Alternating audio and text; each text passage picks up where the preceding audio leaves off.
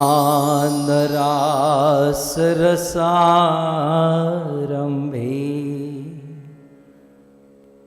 वंशीवट तट स्थित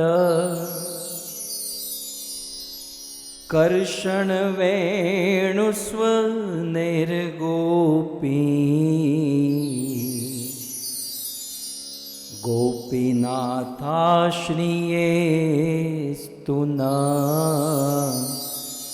गोपीनाथाश्रिये स्तुना।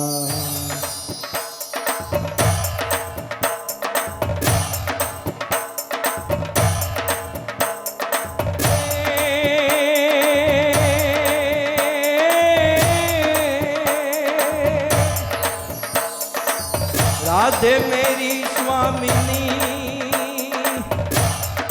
अने मैं राधे को दास, जन्म जन्म मोहे दीजियो श्री वृंदावन वास।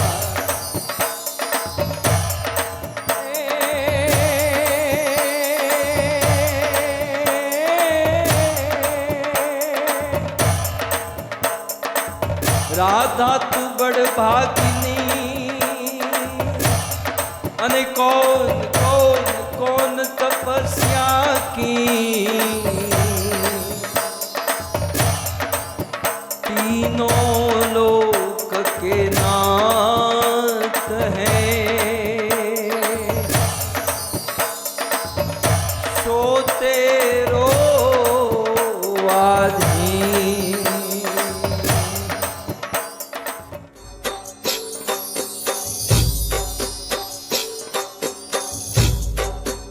हो सखी આજની ઘડી તેરણિયામણી, हो सखी આજની ઘડી તેરણિયામણી, हो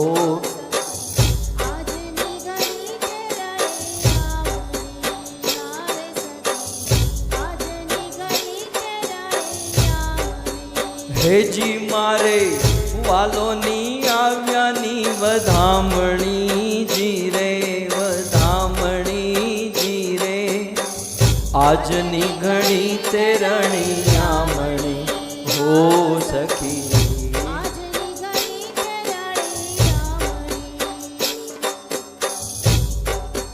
हो सखी तरिया तोरण बांधिया सखी, तरिया हार सखी तरिया तोरण बांधिया सखी, तरिया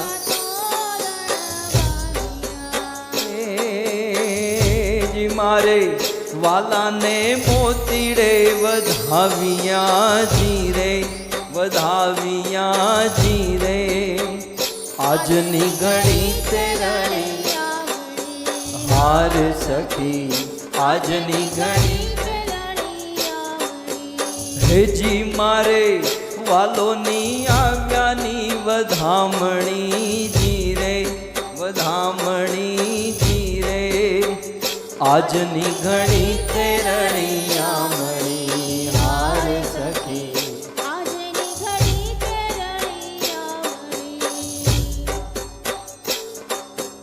હાર સખી જમુનાના નીર મંગાવીએ, हो रे सखी यमुनाना नीर हार सखी यमुनाना नीर मंगावीए, हार सखी आवशे हेजी मारा वालाना चरण पखाड़िए जीरे, पखाड़िए जीरे આજની ઘડી हो सखी हेजी मारे वालोनी આવ્યાની વધામણી જીરે, વધામણી જીરે આજની ઘડી તેરણિયામણી, સખી આજની ઘડી તે રણિયામણી અરે સખી વધ્યો છે અતિ મીઠડો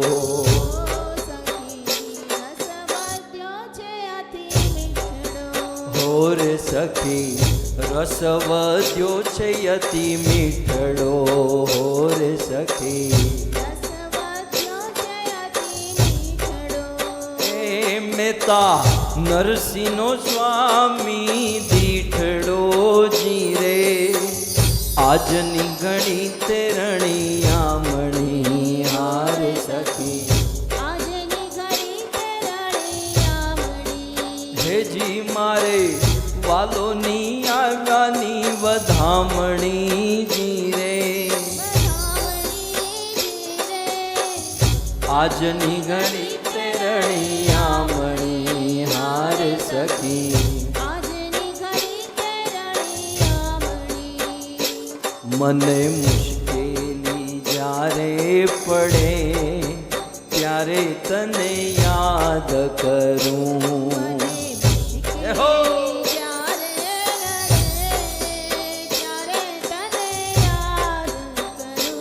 અને સુખમાં હું વિસરું તને દુઃખમાં હું યાદ કરું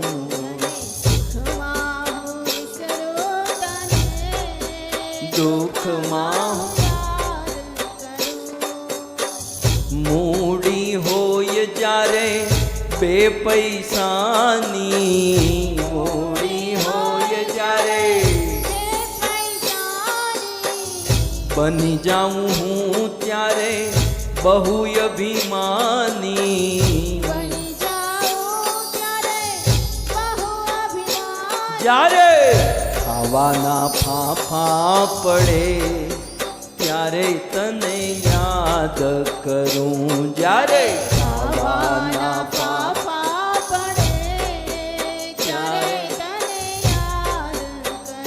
એ મને મુશ્કેલી જ્યારે પડે ત્યારે તને યાદ કરું મને મુશ્કેલી જ્યારે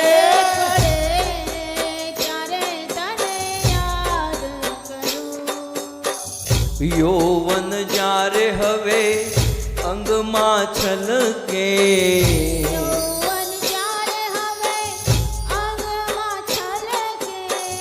પાપો કરતા મુખડું મલકે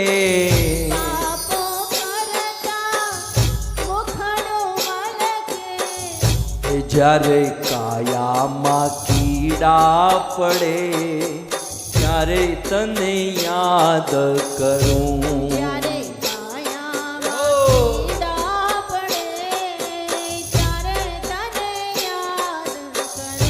મને મુશ્કેલી જ્યારે પડે ત્યારે તને યાદ કરું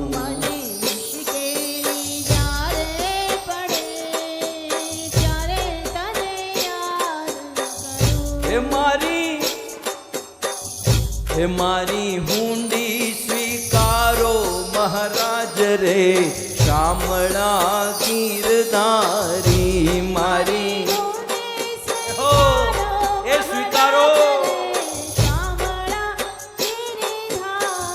એ મને એક તમારો યાદાર રે શામળા ગીરધારી મને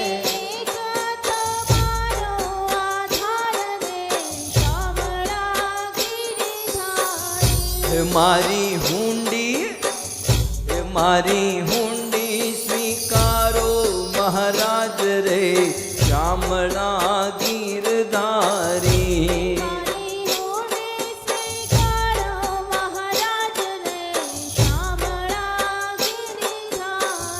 એ તાળી પાડીને રામ નામ બોલજો રે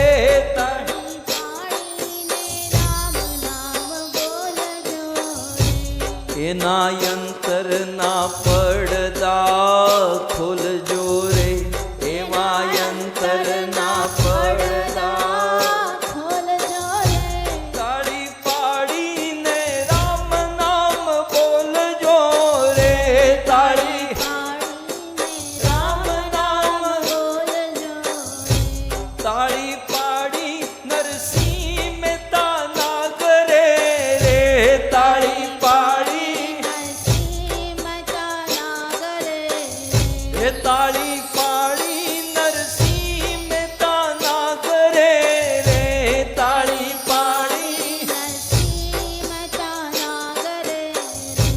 એની હુંડી સ્વીકારી કોળે કાગળે રે, એની હુંડી સ્વીકારી કોળે. કાગળે એ તાળી પાડીને રામ નામ બોલજો રે, તાળી પાડી રામ નામ બોલજો રે.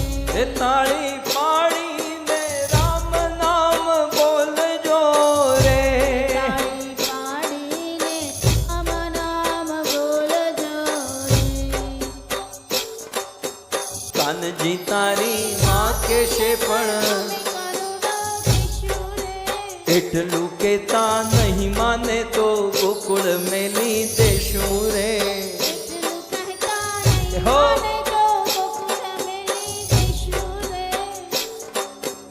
માખણ ખાતા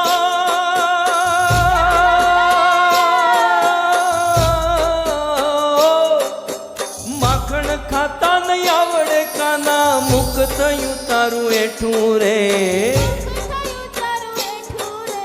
માખણ ખાતા નતું આવડતું, મુખ થયું તારું એઠું રે. ગોપીઓ એ તારું ઘર ઘેરાણું જઈ ખૂણામાં બેઠું રે.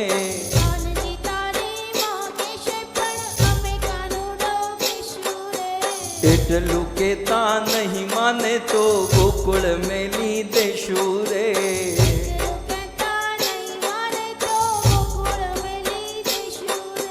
ઘૂંટણિયા ભે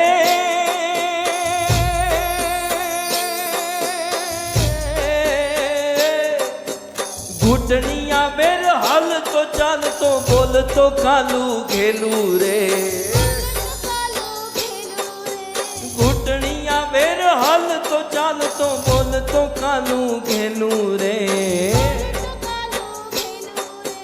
કર્મ સંજોગે આવી ભરાણા ઘરમાં જોડા જોડ રે.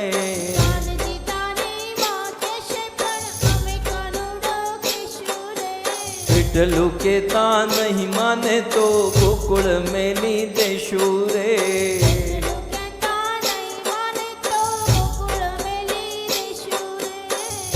હો અમે મૈયારા કંસ રાજાના વાલા કોઈને ન દઈએ તાણ રે. મારગડો મારો મેલી દિયો ને કુંવર કાન, મારગડો મારો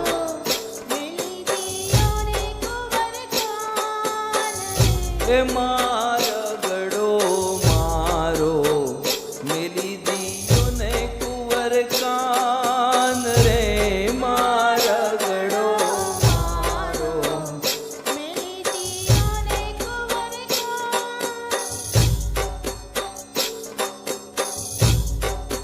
1 2 3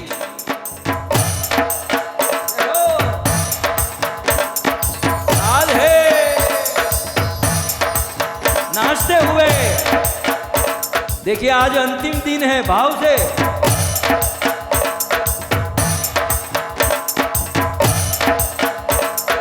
चार पांच गोवाल टोले वळीने, चार पांच गोवाल टोले वळीने,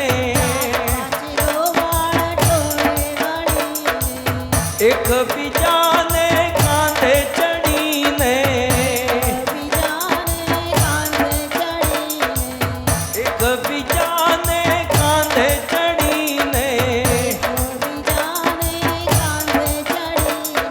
मटुकी मां मोरली मारे मारो कान, श्याम आवीने मारी मटकी फोड़े.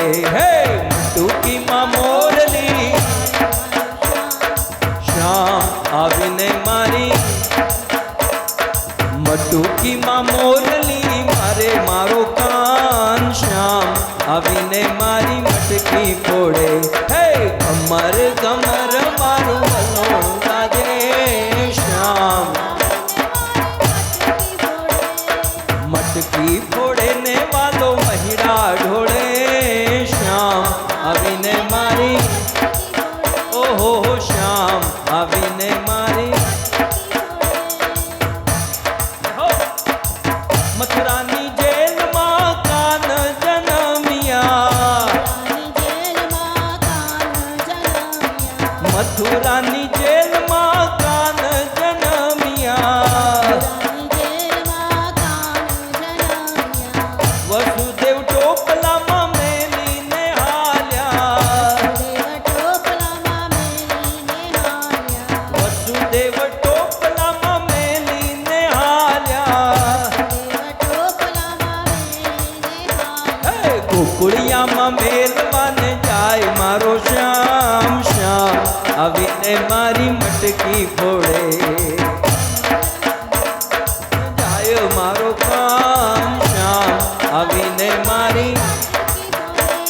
એ કમર કમર મારું વલોણું ગાજે શ્યામ આવીને મારી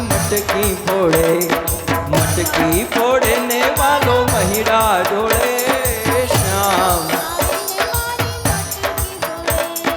ચાર પાંચ ગોપિયું ટોળે વળીને ચાર પાંચ ગોપિયું ટોળે વળીને એક એક કાનજીને એક એક ગોપી એક એક કાનજીને એક એક ગોપી વૃંદાવનમાં રાસ રમાડે મારો કાન શ્યામ આવીને મારી મટકી ફોડે હે વૃંદાવનમાં રાસ રમાડે મારો કાન આવીને મારી હે કમર કમર મારું વલોણું ગાજે શ્યામ આવીને મારી મટકી ફોડે ને વાલો મહિડા ઢોળે શ્યામ નંદ બાબાને ઘેર નવલખ તુજે નંદ બાબાને ઘેર નવલખ તુજે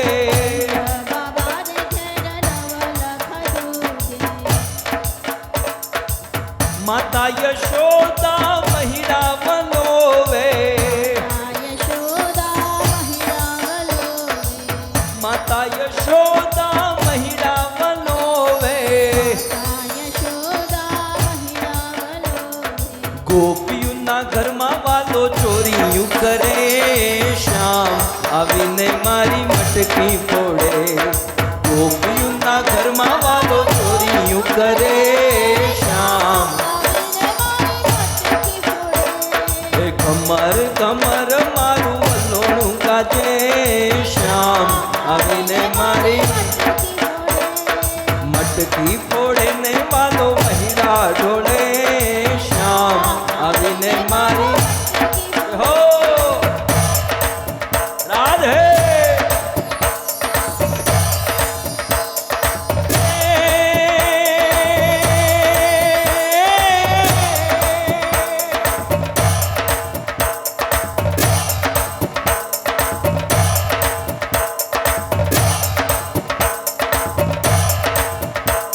અષાઢ ઉષારમ મેં કમલારમ પની પહારમ જલધારમ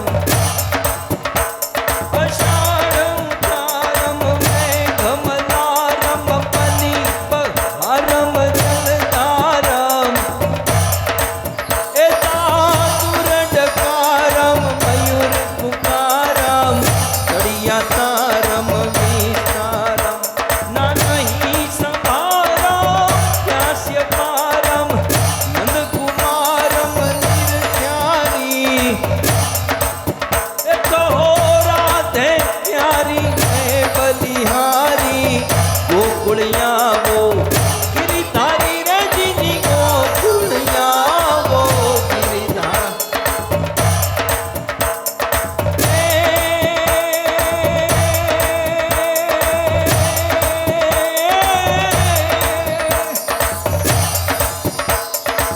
રાવણ સરગ્યો રાજીયો હો પર્વત મેરુ રે સમાન વાલાજી તારા વાલાજી તારા વાલાજી તારા હાથ વખાણું કે પછી તારા પગલા વખાણું વાલાજી તારા હાથ વખાણું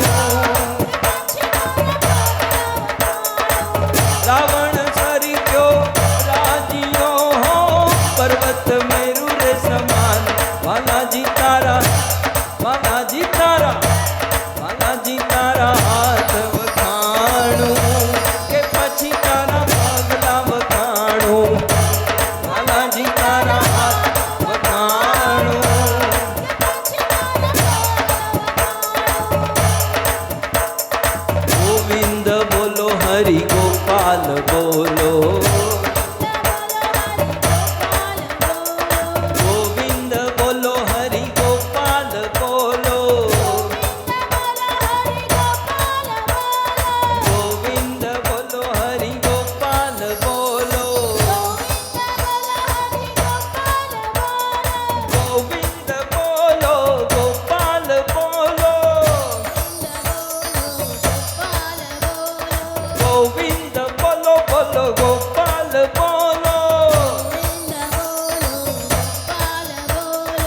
राधा राधा रमण हरि गोविंद बोलो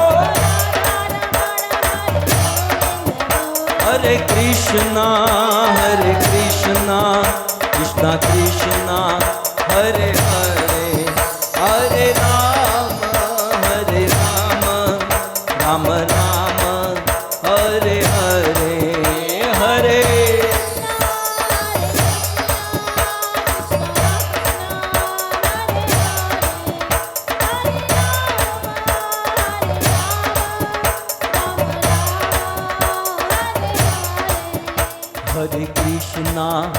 हरे कृष्णा कृष्णा कृष्णा हरे हरे हरे राम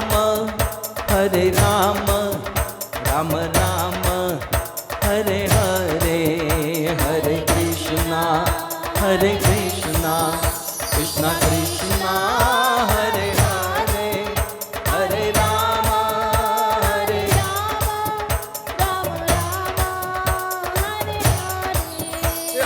कृष्णा कृष्णा कृष्णा हरे हरे हरे राम राम राम हरे हरे हरे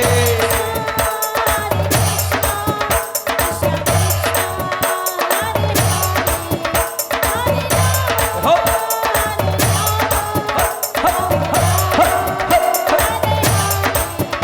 जय जय प्रभुपाद जय जय प्रभु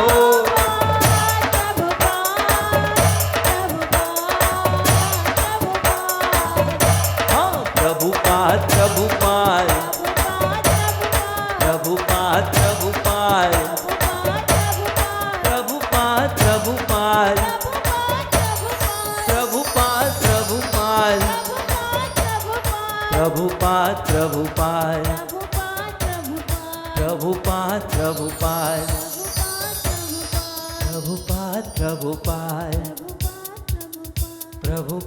प्रभुपाद जय जय प्रभुपाद जय जय प्रभु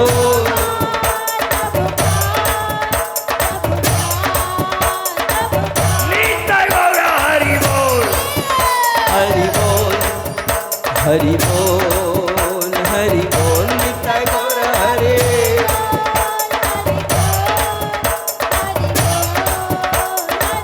निताय गौर हरि बोल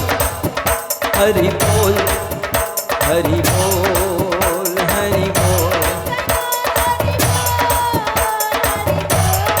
हेलो हाँ हरि बोल हरि बोल हरि बोल हरि बोल हरि बोल हरि बोल हरि बोल हरि बोल हरि बोल हरि बोल हरि बोल हरि बोल हरि बोल हरि बोल हरि बोल हरि बोल निताय गौर हरि बोल हरि बोल हरि बोल निताय गौर हरि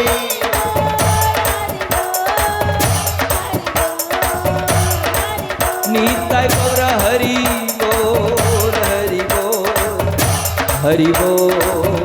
हरि बोल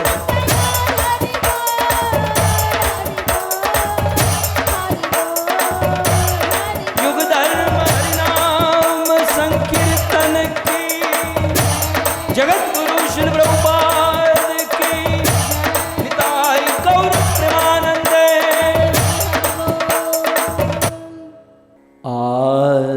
आराध्यो भगवान ब्रजेश तनय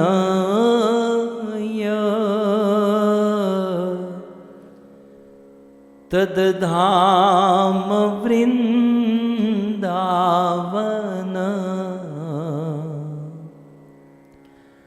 रम्या काचिदुपासना व्रजबधो वर्गेणया कल्पिता श्रीमद्भागवतं प्रमाणममलं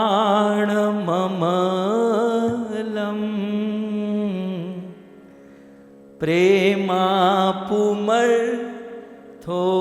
महान् श्रीचैतन्य महाप्रभो मतमिदं तत्रादरो नः पर वंशी विभूषितकरा नवनीरदाभा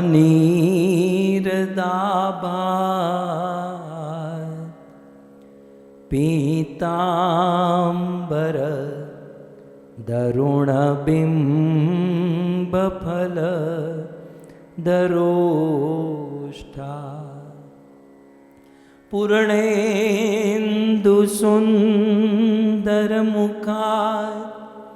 अरविन्दनेत्रा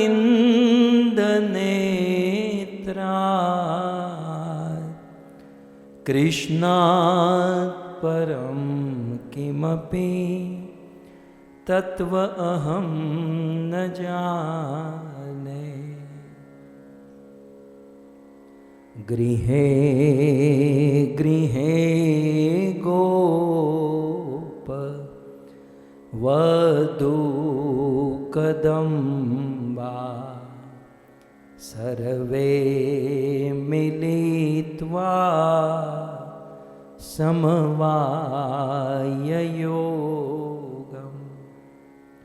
पुण्यानि नामा निपठन्ति नित्यं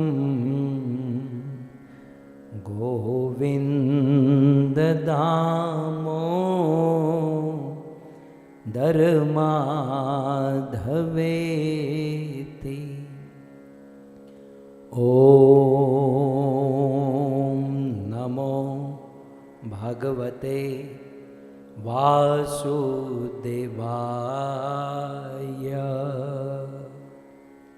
ॐ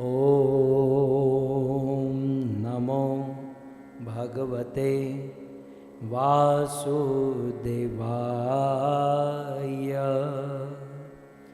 ॐ नमो भगवते वासुदेवाय जय जय श्री राधा रमण जय जय नवल किशोर जय गोपी चित चोर प्रभो जय जय माखन चोर जय जय माखन चोर। श्री कृष्णचंद्र भगवान की, जगत गुरु शिल प्रभुपाद की। उपस्थित भगवत कथा अनुरागी पधारे हुए भक्त वृंद, इस सभा को परम सुशोभित करने वाले हमारे अंतर्राष्ट्रीय कृष्ण भावनामृत संघ इस्कॉन के वरिष्ठ भक्तगण, दूर दूर देश विदेश से फेसबुक यूट्यूब आदि के माध्यम से बड़ी भारी मात्रा में इस कथा का श्रवण करने वाले समस्त श्रोतागण, आप सभी भक्तों का, आप सभी गोपियों का इस गोपी गीत के अंतिम सत्र में, पंचम सत्र में पुनः एक बार हार्दिक स्वागत एवं आप सब के चरणों में हमारा प्रणाम। राधे श्याम। अब मैंने आपको गोपी कह दिया है तो मेरी लाज रखिएगा, कहीं मेरा नाक न कट जाए। वैसे देखा जाए तो गोपी जो है ये शरीर से नहीं हुआ जाता, ये भाव और कार्य से हुआ जाता है। गोपी का अर्थ आचार्यों ने किया, गोपी दो अक्षर है ना, गो और पी। गो शब्देन इंद्रिय, गोपी में जो गो शब्द है इसका अर्थ है इंद्रिया। हमारे संस्कृत में व्याकरण में इंद्रियों को गो कहते हैं। ऐसे आपने नाम सुना होगा गोस्वामी, हैं? गोपाल कृष्ण गोस्वामी, राधानाथ गोस्वामी, गोस्वामी। स्वामी माने शासन करने वाला और गो माने इंद्रिय। जो अपने इंद्रियों पर शासन करता है उसे गोस्वामी कहते हैं। श्रील प्रभुपाद जी कहते हैं कि हम सबको गोस्वामी बनना है। वो डंडे वाले नहीं, वो तो एक आश्रम है, लेकिन गोस्वामी माने जो इंद्रियों के स्वामी, जो इंद्रियों को अपने कंट्रोल में कर चुका है। तो गो जो है इसका अर्थ है इंद्रिय। तो गोपी, गोपी शब्द में गो जो है गो शब्देन इंद्रिया और पी शब्देन पिबती। पी, गोपी में पी माने पिबती, पीना। माने गो माने इंद्रिय, पी माने पीना। अपनी गो से, अपनी इंद्रियों से, अपनी प्रत्येक इंद्रियों से, चाहे आंखों से, कानों से, नाक से, जीवा से, अपने प्रत्येक इंद्रियों से रात दिन 24 घंटा कृष्ण को पीती रहती है, इसलिए उन्हें गोपी कहा जाता है। आंखों से कृष्ण के दृश्य को, कृष्ण के रूप को पीती है, गोपी। अपने कानों से कृष्ण की कथा को पीती है। अपनी नासिका से जैसे मधुर या गिरा वल्गु वाक्य या कृष्ण के मुख की सुगंध सौरभ को पीती है। अपनी प्रत्येक इंद्रिया सवाक यया तस्य गुणान गृणीते करोच तत्कर्म करो मनश्च शिरोस्तु तत्पुण्य कथा सकर्ण। अपना मस्तक उनके चरणों में झुकाने में, अपने हाथ कृष्ण की सेवा करने में, अपनी जीवा कृष्ण को अर्पण किए हुए तदीय प्रसाद आदि ग्रहण करने में, जो अपनी प्रत्येक इंद्रियों से कृष्ण को पीती है, लेती, ग्रहण करती है, उसे गोपी कहते हैं। और श्रील प्रभुपाद जी की हम पर बड़ी कृपा है। हमें भक्ति के ऐसे ऐसे साधनों में प्रभुपाद जी ने एंगेज कर दिया, ऐसे ऐसे साधनों में हम सबको बिजी कर दिया कि कुछ हद तक हम भी गोपी बन चुके हैं। टोटल तो नहीं बने, गोपी वहां तक कोई नहीं पहुंच सकता, लेकिन कुछ हद तक इंद्रियों से हम कृष्ण को पी रहे हैं। तो ऐसी गोपियों के द्वारा ये मधुराति मधुर गोपी गीत, प्रेम गीत गाया जा रहा है और उसका हम सब श्रवण कर रहे हैं। 8वां श्लोक, मधुर या गिरा वल्गु वाक्य या बुध मनोज्ञ या पुष्करेक्षण विधि करी रिमा वीर मुह्यति अधर सीधुना प्याय यस्वना। गोपिया कहती हैं कि हे कृष्ण, हे पुष्करेक्षण, हे वीर, कृपया करके आप हमारे सामने प्रकट हो जाइए और आप हमारे साथ जो बातें कर चुके हैं, पूर्व में आपने हमारे साथ जो चर्चा की है, हम फिर से आपकी वाणी सुनना चाहती हैं। कृष्ण, आप हमारे पास आकर हमें प्रिय कहकर पुकारिए, आप हमें अपनी प्यारी कहिए, हमारे आंसुओं को पोंछिए, हमें आलिंगन दीजिए। कृपया करके आप हमारे सामने प्रकट होकर मधुर या गिरा, मधुर वाणी से बोलिए, वल्गु वाक्य या बुध मनोज्ञया, आप अपनी वाणी का उच्चारण कीजिए, क्योंकि कृष्ण आपकी वाणी को सुनकर विधि करी रीमा, हम लोग आपकी दासी बन चुकी हैं। आपकी वाणी, इतनी मधुर वाणी को सुनकर हम आपकी दासी हो चुकी हैं।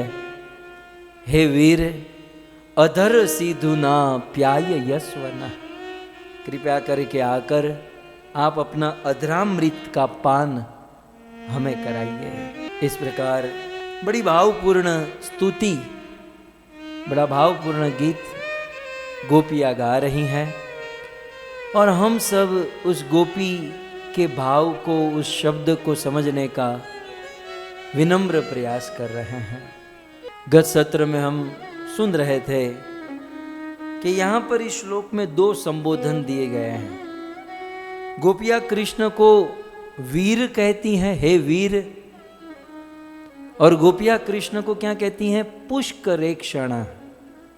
हे कृष्ण, आपकी आंखें पुष्करेक्षण, कमल की तरह है। अच्छा, कमल को पुष्करेक्षण क्यों कहते हैं? पुष्कर क्यों कहते हैं?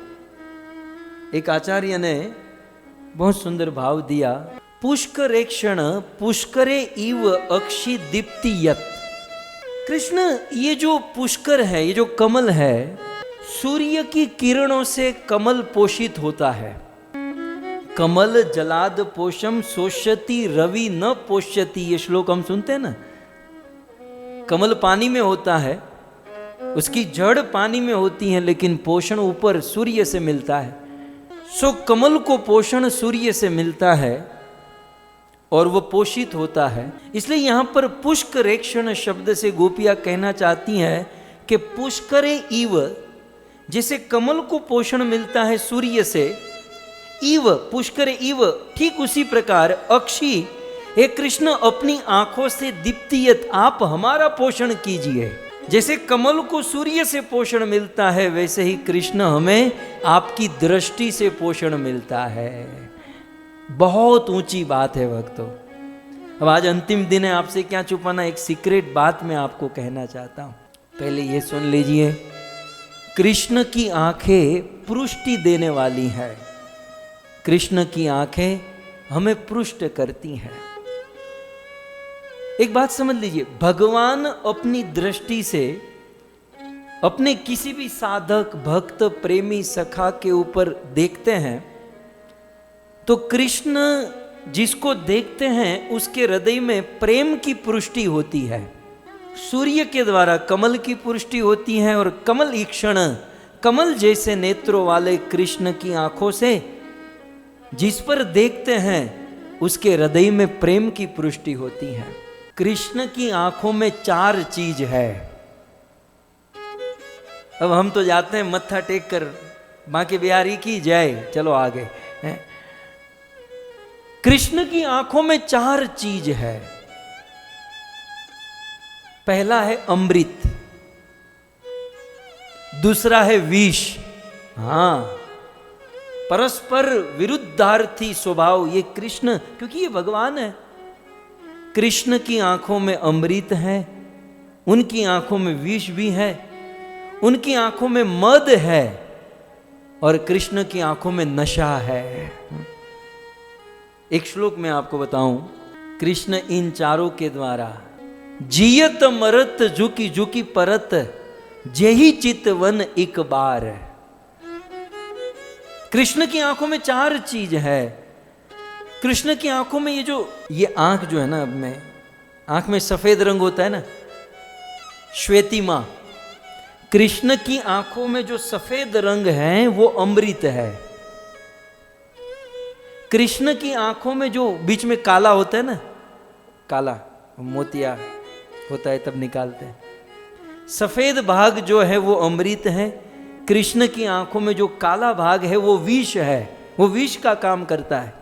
और कृष्ण की आंखें लाल होती है, तो कृष्ण की आंखों की वह लालिमा मद और नशे का काम करती है।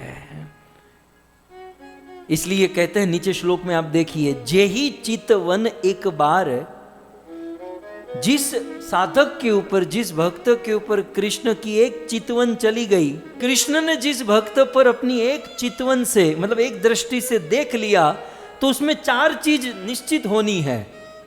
पहला क्या होता है? जियत। पहली लाइन में आप देखिए नीचे, जियत, वो जी जाता है, क्योंकि कृष्ण की आंखों में अमृत भरा है। वो मरे हुए को भी दृष्टि जीवित कर सकती है, क्योंकि वो आंखों में अमृत है। तो जियत, जही चितवन एक बार, कृष्ण की चितवन एक बार आ गई तो जियत, वो जिला देती है। फिर दूसरा क्या है? मरत, वो मार भी देती है।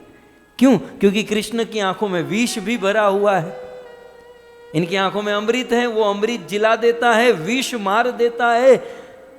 और जो मद और नशा जो भरा है कृष्ण की आंखों में, वो झुकी झुकी परत, वो नशे में झुक झुक कर गिरा देता है। परत माने गिरा देता है। तो भगवान श्री कृष्ण की आंखों में ये जादू है। इसलिए गोपियां कहती है पुष्कर एक क्षण, जैसे कमल को सूर्य पोषण देता है, वैसे आपकी कमल जैसी आंखें हमें पोषित करें। अब सीक्रेट बात किसी को कहना मत, खबरदार। ये अब मैंने सोचा था जब आपको मिलूंगा तब बताऊंगा, लेकिन कब मिलेंगे, कहाँ मिलेंगे, इसलिए स्पेशल आप लोगों के लिए हैं। किसी को कहना मत, धीरे से बोल रहा हूँ। आप जब माला जप करने बैठते हो ना, हरि नाम जप करते हो, तो प्रश्न भी पूछते हैं ना कि हमारा मन नहीं लगता, नींद आ जाती है, भूख लग जाती है, ऐसा होता है, मन नहीं लगता, भटकता है। सीक्रेट बात ना एकदम, जब हम माला जप करने बैठते हैं और हमारा ध्यान नहीं लगता, हमारा मन नहीं लगता, तो आप है ना कृष्ण की आंखों में देखिएगा, बस आपका सारा काम हो जाएगा।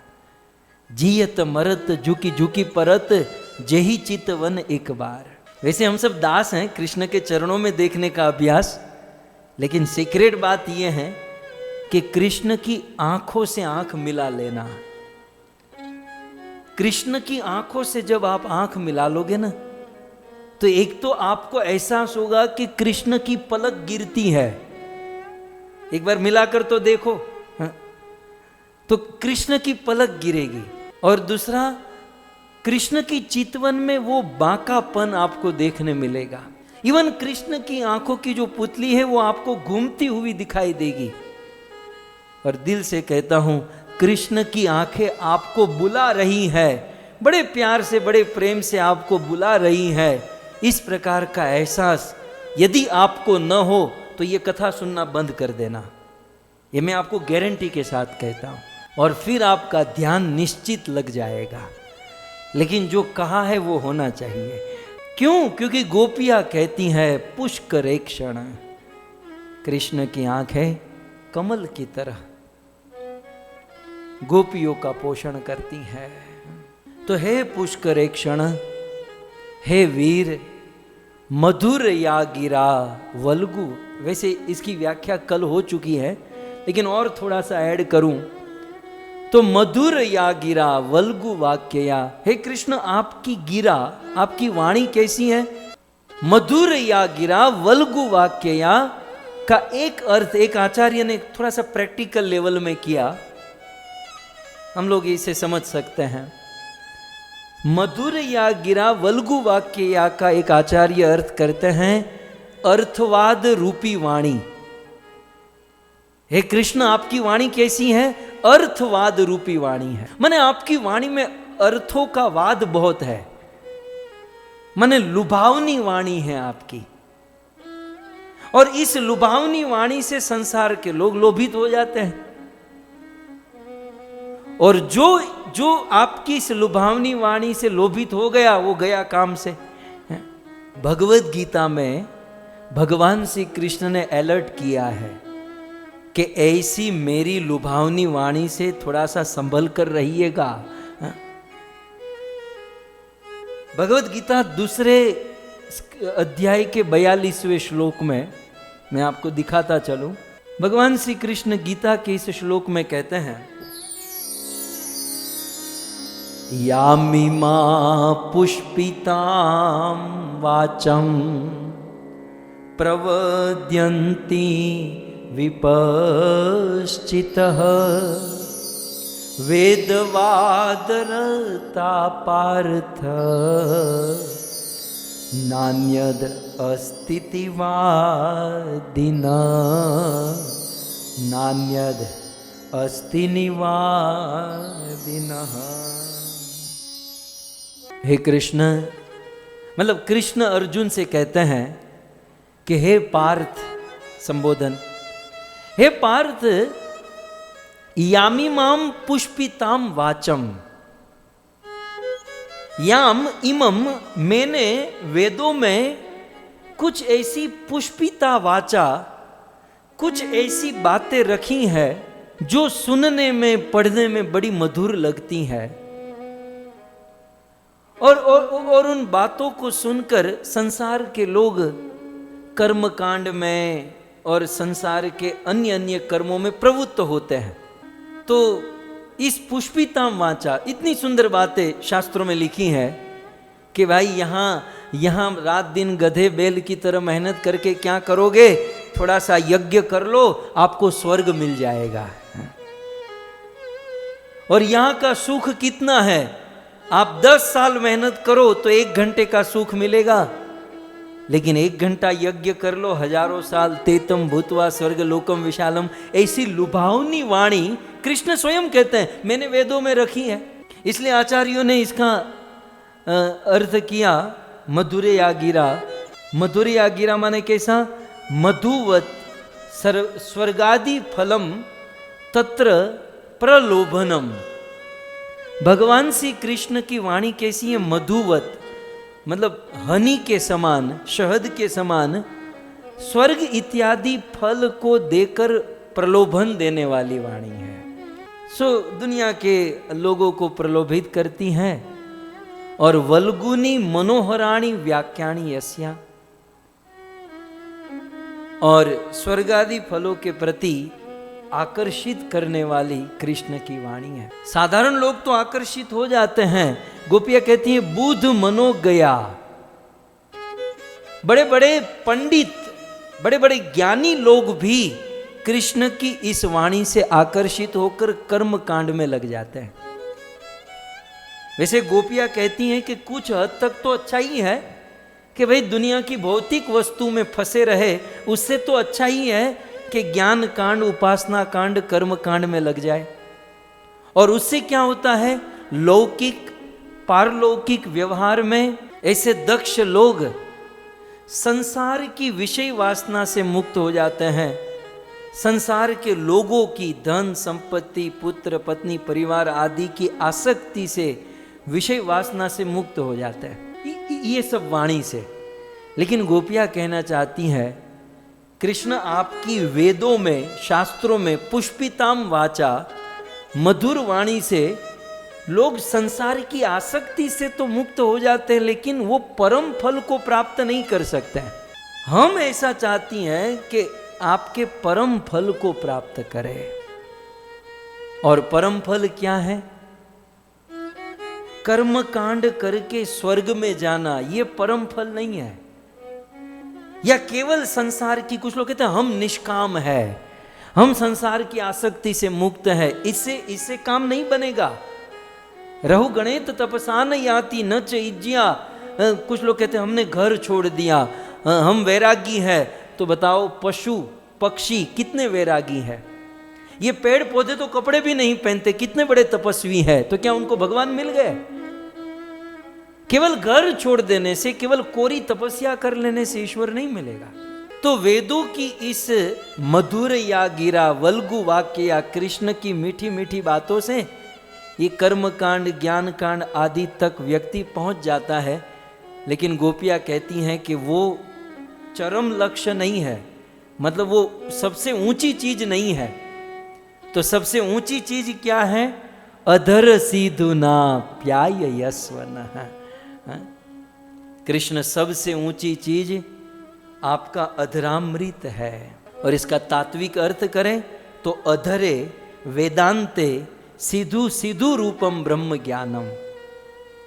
इस वेद शास्त्रों में कर्म कांड, उपासना कांड, स्वर्ग आदि ये वो से भी ऊपर की वस्तु क्या है? भगवत साक्षात्कार, भगवान का रियलाइजेशन। उदाहरण के द्वारा महात्मा गण समझाते हैं, जैसे बहुत सुंदर नौका है, आजकल वो क्रूज होती है ना, बड़ी बड़ी क्रूज नौका, बड़ी ऐश्वर्य पूर्ण क्रूज नौका होती है, उसमें बहुत बहुत फैसिलिटीज भी होती हैं, लेकिन कितनी भी अच्छी नौका हो, वह नौका का इस्तेमाल केवल समंदर या नदी को पार करने के लिए ही होता है। ऐसे बहुत अच्छी नौका हो तो क्या हम ऐसा सोचते हैं बस जीवन इसी में गुजार देंगे? नहीं, वहां तो कुछ दिनों में ही परेशान हो जाएंगे। तो कितनी भी अच्छी नौका, उसका लक्ष्य किनारे पर पहुंचना है। ठीक उसी प्रकार ये कर्म कांड, ध्यान कांड, उपासना कांड, ये सब नवरात्रा देवी माता की जो उपासना हो रही है ना, ये सब नौका है। कर्म कांड एक नौका है, काम की चीज है लेकिन नौका के समान है। कर्म कांड, ज्ञान कांड, ध्यान कांड, उपासना कांड, ये सब नौका है। इसमें ही रहना ये उद्देश्य नहीं है। इस नौका रूपी कर्म कांड, ज्ञान कांड, उपासना कांड से हमें नदी को पार करना है, उस पार पहुंचना है। और वो पार, वो डेस्टिनेशन क्या है? भगवत साक्षात्कार, भगवत तत्व विज्ञान। ये हमारा गंतव्य है, ये हमारा डेस्टिनेशन है। तो यहां पर गोपियां ये कहना चाहती हैं कि मधुर या गिरा वल्गु वाक्य, वेदों में आपने बड़े मधुर शब्द ये सब बोले, लेकिन उससे लोग कर्मकांड आदि में फंस गए। लेकिन अब कृष्ण अधर सीधु ना प्याय यस्वन, अब आपके साक्षात्कार रूपी आपका अधरामृत का पान हमें करा दीजिए। ये एक अर्थ एक आचार्य ने तात्विक रूप से हमारे बीच में रखा और ये निरूपण किया कि अल्टीमेटली भगवत भक्ति और भगवत प्रेम और भगवत साक्षात्कार ही हमारा गंतव्य है, हमारा लक्ष्य है। ये जितने भी लोग देवी देवता की उपासना करते हैं, अच्छी बात है, कुछ नहीं करना उससे तो अच्छा ही है। ये जितने भी लोग कर्म कांड करते हैं, ये भी गलत तो नहीं है, संसार की भौतिक कार्यों से तो अच्छा ही है। लेकिन ये अल्टीमेट, ये अंतिम कार्य नहीं है। कहने का अर्थ यह है, यह सब करने का उद्देश्य आखिर तो कृष्ण भक्ति, कृष्ण तत्व, कृष्ण प्रेम तक जाना ही। और जब हम लोग ऑलरेडी तट पर आ चुके हैं, कृष्ण भक्ति के तट पर, कृष्ण प्रेम के तट पर, तो फिर से नौका में क्यों बैठकर टाइम वेस्ट करना? कुछ लोग कहते हैं ना कि हम देवी देवता की उपासना नहीं कर सके। भाई तू डेस्टिनेशन पर आ गया, अब तू फिर से नौका में बैठेगा, फिर से टाइम वेस्ट करेगा। ये तो वैसे ही हुआ कि आप बहुत पढ़ लिख कर यूनिवर्सिटी में आ गए और फिर आप कहने लगे नहीं मुझे अभी नर्सरी में पढ़ने जाना है, मुझे फर्स्ट ग्रेड में पढ़ना है, सेकंड ग्रेड में, तो टाइम वेस्ट होगा। અને તમે આટલા મોટા કદાચ નર્સરીમાં જઈને બેસો ને તો સારા ન લાગો। छोटे छोटे नाना नाना बाळको भणता હોય ને એમાં તમે બધાની વચ્ચે જઈને બેસો, પછી નાના બાળકો તો રડે તો એમાં તમારે રડવાનું હોય। माँ बड़ा आदमी रोता है तो भी अच्छा नहीं लगता। जब भगवान ने हमें इतनी सुंदर चेतना, इतना सुंदर वैष्णव एसोसिएशन, इतनी सुंदर भक्ति दी है, तो हमें उस स्टैंडर्ड से आगे बढ़ने का प्रयास करना चाहिए। कई बार ऐसा होता है कि भगवान ने जब ये कर्मकांड अल्टीमेट नहीं है तो फिर वेदों में ये सब का वर्णन क्यों? वेद पूर्ण है, शास्त्र पूर्ण है और शास्त्र सब के लिए हैं, तो सभी लेवल के लोगों के लिए शास्त्रों में बातें रखी गई हैं। और शास्त्र का एक ही स्टाइल है कि जो व्यक्ति जिस ग्रेड में है उस ग्रेड से उनको आगे बढ़ाया जाए, उस ग्रेड से उनको आगे ले आ जाए। तो भक्ति रूपी ग्रेड जो है ना सबसे टॉप मोस्ट है। अब भक्ति करके, भगवत साक्षात्कार करके, भगवत प्रेम और भगवत धाम, तो जब इस ग्रेड में आप आ गए हो तो फिर अब पीछे मुड़कर देखने की आवश्यकता नहीं है, पीछे जाने की कोई, और यदि कोई जाता है तो टाइम वेस्ट है। इनमें से कई सारे लोग फांफा मार रहे हैं, मुझे पता है, लेकिन वो सब टाइम वेस्ट है। इवन आपकी चेतना भी दूषित हो जाएगी, हो सकता है भक्ति भी छूट जाए। सो हमें आगे बढ़ने का प्रयास करना चाहिए। गोपियाँ कहती हैं, हे कृष्ण, मधुर या गिरा वल्गु वाक्य, या आपकी मधुर वाणी से, वल्गु वाक्य से कृपया करके हमारे कानों को सिंचिए, हमारे कर्ण में वह मधुर वाणी बोलिए। भगवान श्री कृष्ण की ऐसी मधुर वाणी श्रीमद् भागवत में भी देखने मिलती हैं, जो गोपियाँ सुनना चाहती हैं। श्रीमद् भगवत गीता में भी कुछ जगह पर कृष्ण के ऐसे मधुर शब्द आए जिससे भक्तों के हृदय में बड़ा संतोष होता है, बड़ा आनंद मिलता है, बड़ा सुख मिलता है। जैसे भगवत गीता के 9वें अध्याय के 32वें श्लोक में भगवान श्री कृष्ण कहते हैं, माम ही पार्थ व्यपराश्रित्य ये अपि स्यु पाप योनयः स्त्रियो वैश्य तथा शूद्रा तेपि यान्ति पराम गतिम। हे पार्थ, हे अर्जुन, यदि कोई व्यक्ति कितना भी अधम कुल में उत्पन्न हुआ हो, यदि कोई स्त्री भी क्यों न हो, वैश्य भी क्यों न हो, शूद्र भी क्यों न हो, यदि वो मेरा आश्रय ग्रहण कर लेता है, केवल मेरा आश्रय ग्रहण करना है, ये यान्ति परमम गति, वो परम गति को प्राप्त होगा पार्थ, वो मुझे प्राप्त होगा।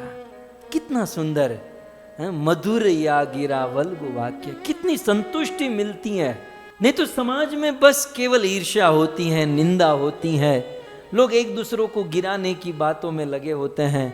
लेकिन धन्य है भगवान श्री कृष्ण, बड़ी सुंदर मधुर वल्गु वाणी है, मधुर वाणी है, और इससे अपने भक्तों का सिंचन करते हैं।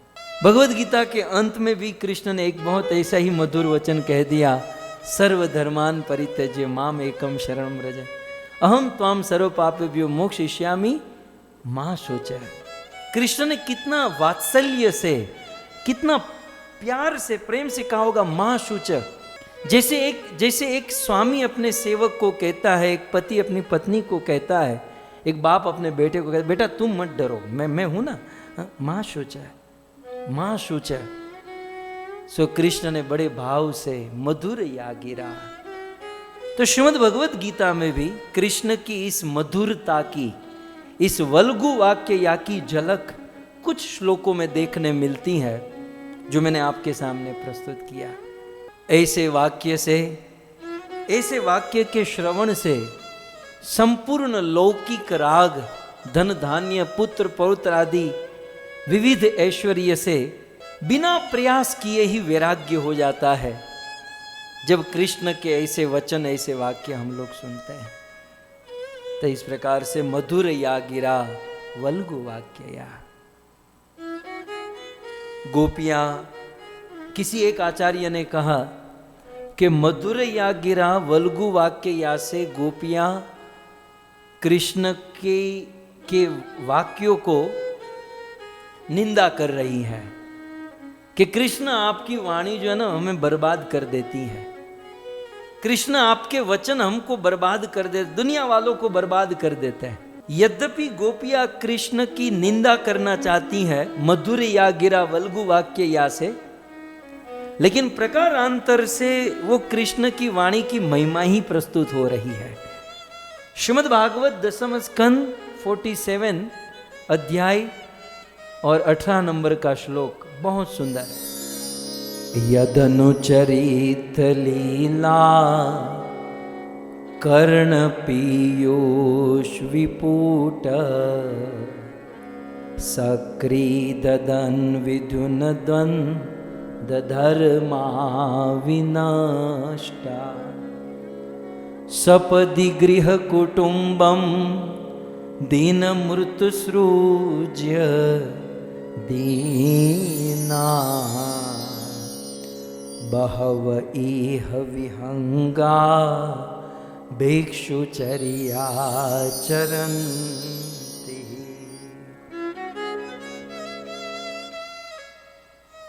हे कृष्ण, यत अनुचरन्ति, कृष्ण आपकी जो लीला है, कर्ण पीयूष, यदि संसार का आदमी, यत माने जो लोग, एटलीस्ट जो जूम पर बैठे मेरे सामने, यहां, यत अनुचरित, हे कृष्ण यदि कोई व्यक्ति आपका चरित्र, आपकी कथा, श्लोक देखिएगा बहुत सुंदर है। यद्यपि गोपियां कृष्ण की निंदा कर रही हैं कि आपकी वाणी तो बर्बाद करके रख दी है, लेकिन प्रकारांतर से कृष्ण की महिमा है ये। यत अनुचरित लीला कर्ण पीयूष विपुट, आपकी लीला, आपकी कथा कर्ण, कान के माध्यम से आपकी कथा कर्णामृत हमारे कान से प्रवेश करती है। सकृद, एक बार भी यदि कोई आपकी कथा को सुन लेता है तो विद्युत दंड धर्मा विनष्टा, एक तो सबसे पहले उसका धर्म विनष्ट हो जाता है।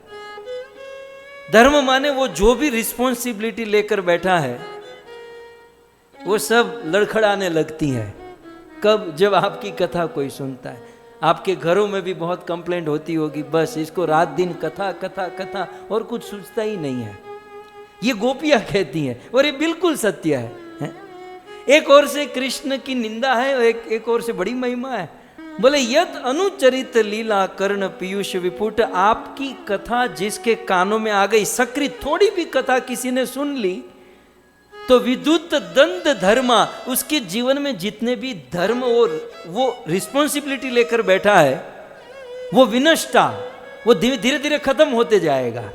कई बार कुछ लोग रिस्पॉन्सिबिलिटी, हम ये समाज के लीडर हैं, लीडरशिप करेंगे, ये करेंगे, फलाना ये, लेकिन कथा सुनने लगा सब कुछ ढीला पड़ जाएगा, सारे कमिटमेंट जो है ना ढीले पड़ जाएंगे।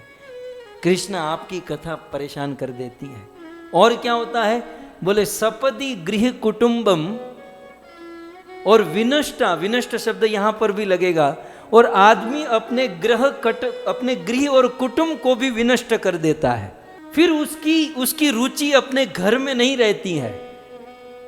ये घर को सजाना, घर में पड़े रहना, घर में अटैचमेंट, आसक्ति कब तक? जब तक आपकी कोई कथा नहीं सुन लेता। जिस दिन कथा सुना, गृह कुटुंब विनष्टा, उसका घर कुटुंब सब विनष्ट हो जाता है। घर वाले राह देखते रहते हैं कि ये जूम खत्म होगा, रात को आएगा सोने, लेकिन ये तो रात भर बस कथा में ही पड़ा रहता है। घर वाले राह देखते हैं कब घर पर आएगा। तो ये घर कुटुंब आदि को नष्ट कर देती है, परिवार को नष्ट कर देती है। दीनम उत्सृज्य दीना, दूसरी लाइन में आ जाइए, दीनम उत्सृज्य दीना बहव इह विहंगा, और इतना ही नहीं, विहंग माने पक्षियों की तरह आपकी कथा लोगों को भटका देती है। फिर वो दर दर भटकने लगता है, कभी हरिद्वार, कभी वृंदावन, कभी मायापुर, विहंग इव, पक्षियों की तरह भटकने लगता है।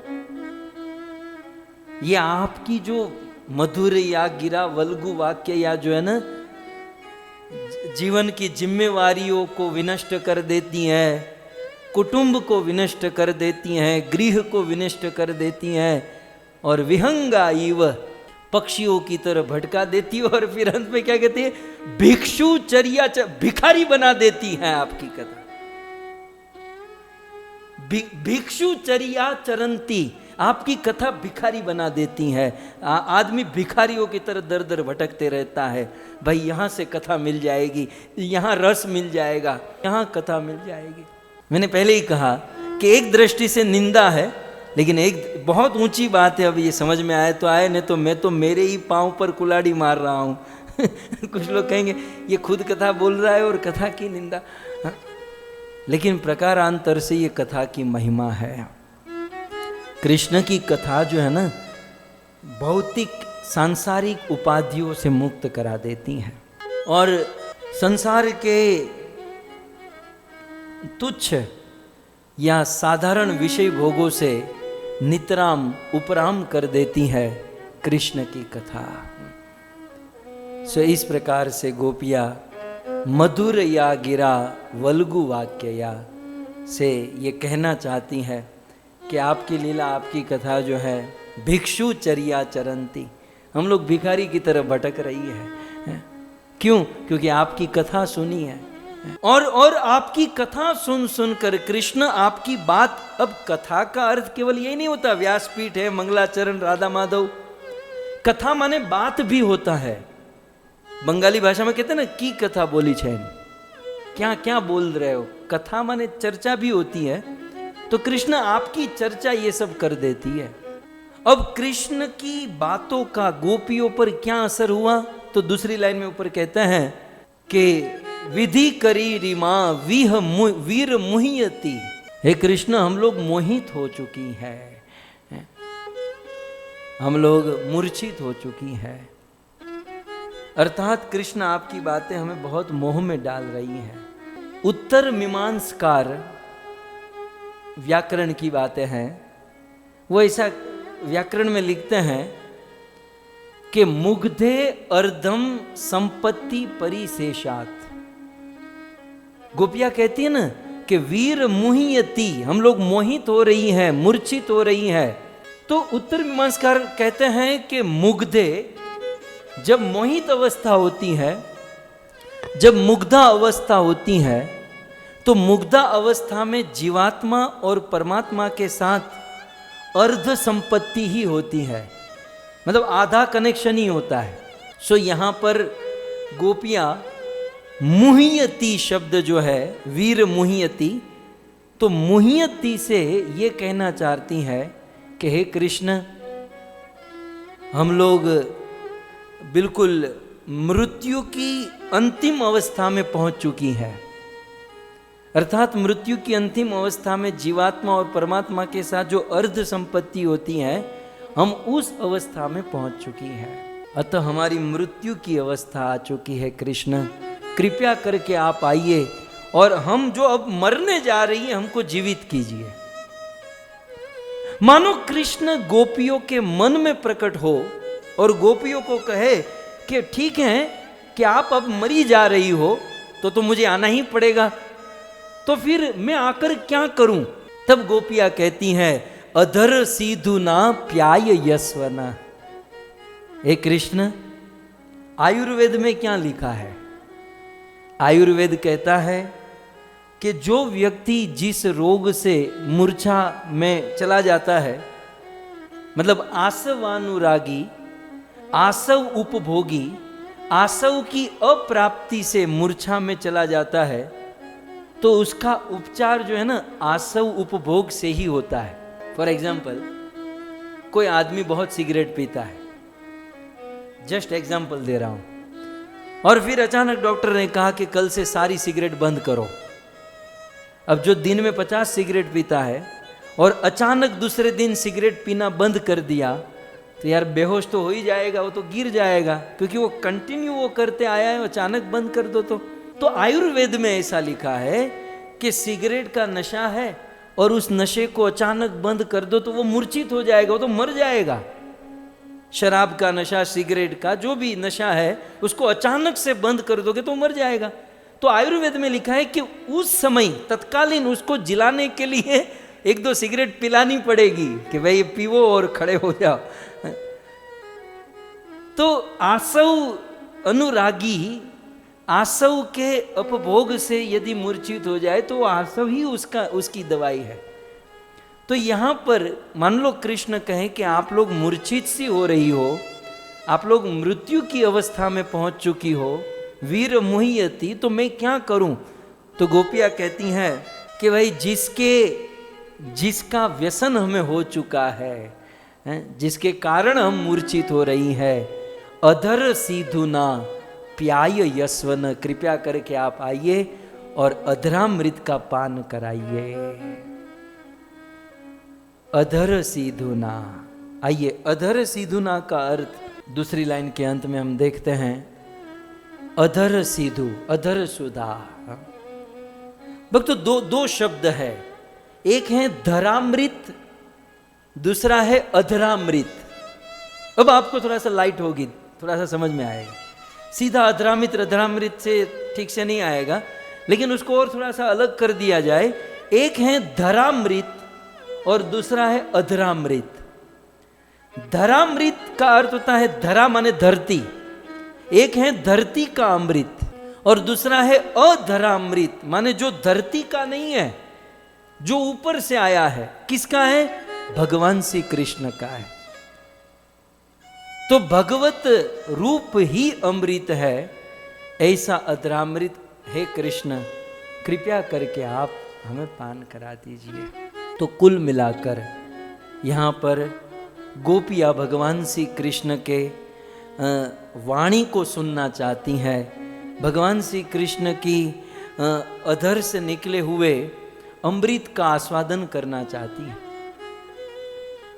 यही बात बिल्वा मंगल ठाकुर कृष्ण कर्णामृत में बहुत सुंदर श्रीमती राधा रानी निवेदन करती हैं। अद्भुत श्लोक है।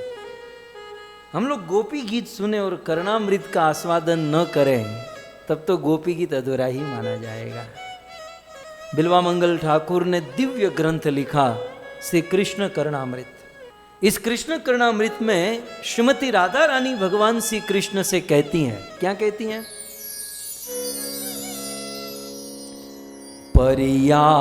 परियाचितामृत रसा निपदार्थ भंगी वल्गुनि वल्गित विशाल विलोचनानि बाल्याधिकानि मदमल लव भाविनी भी भावे लुठन्ति सुकृताम तव जल्पिता। बिल्वा मंगल ठाकुर ये श्लोक लिख रहे हैं और इस श्लोक में गोपी गीत को कोट करते हैं, मतलब ये मिलान करते हैं कि ये गोपी इस श्लोक से कनेक्टेड है। ये चीज बहुत अद्भुत। श्रीमती इस 8वें श्लोक को समझने के लिए थोड़ा सा समझ लीजिए।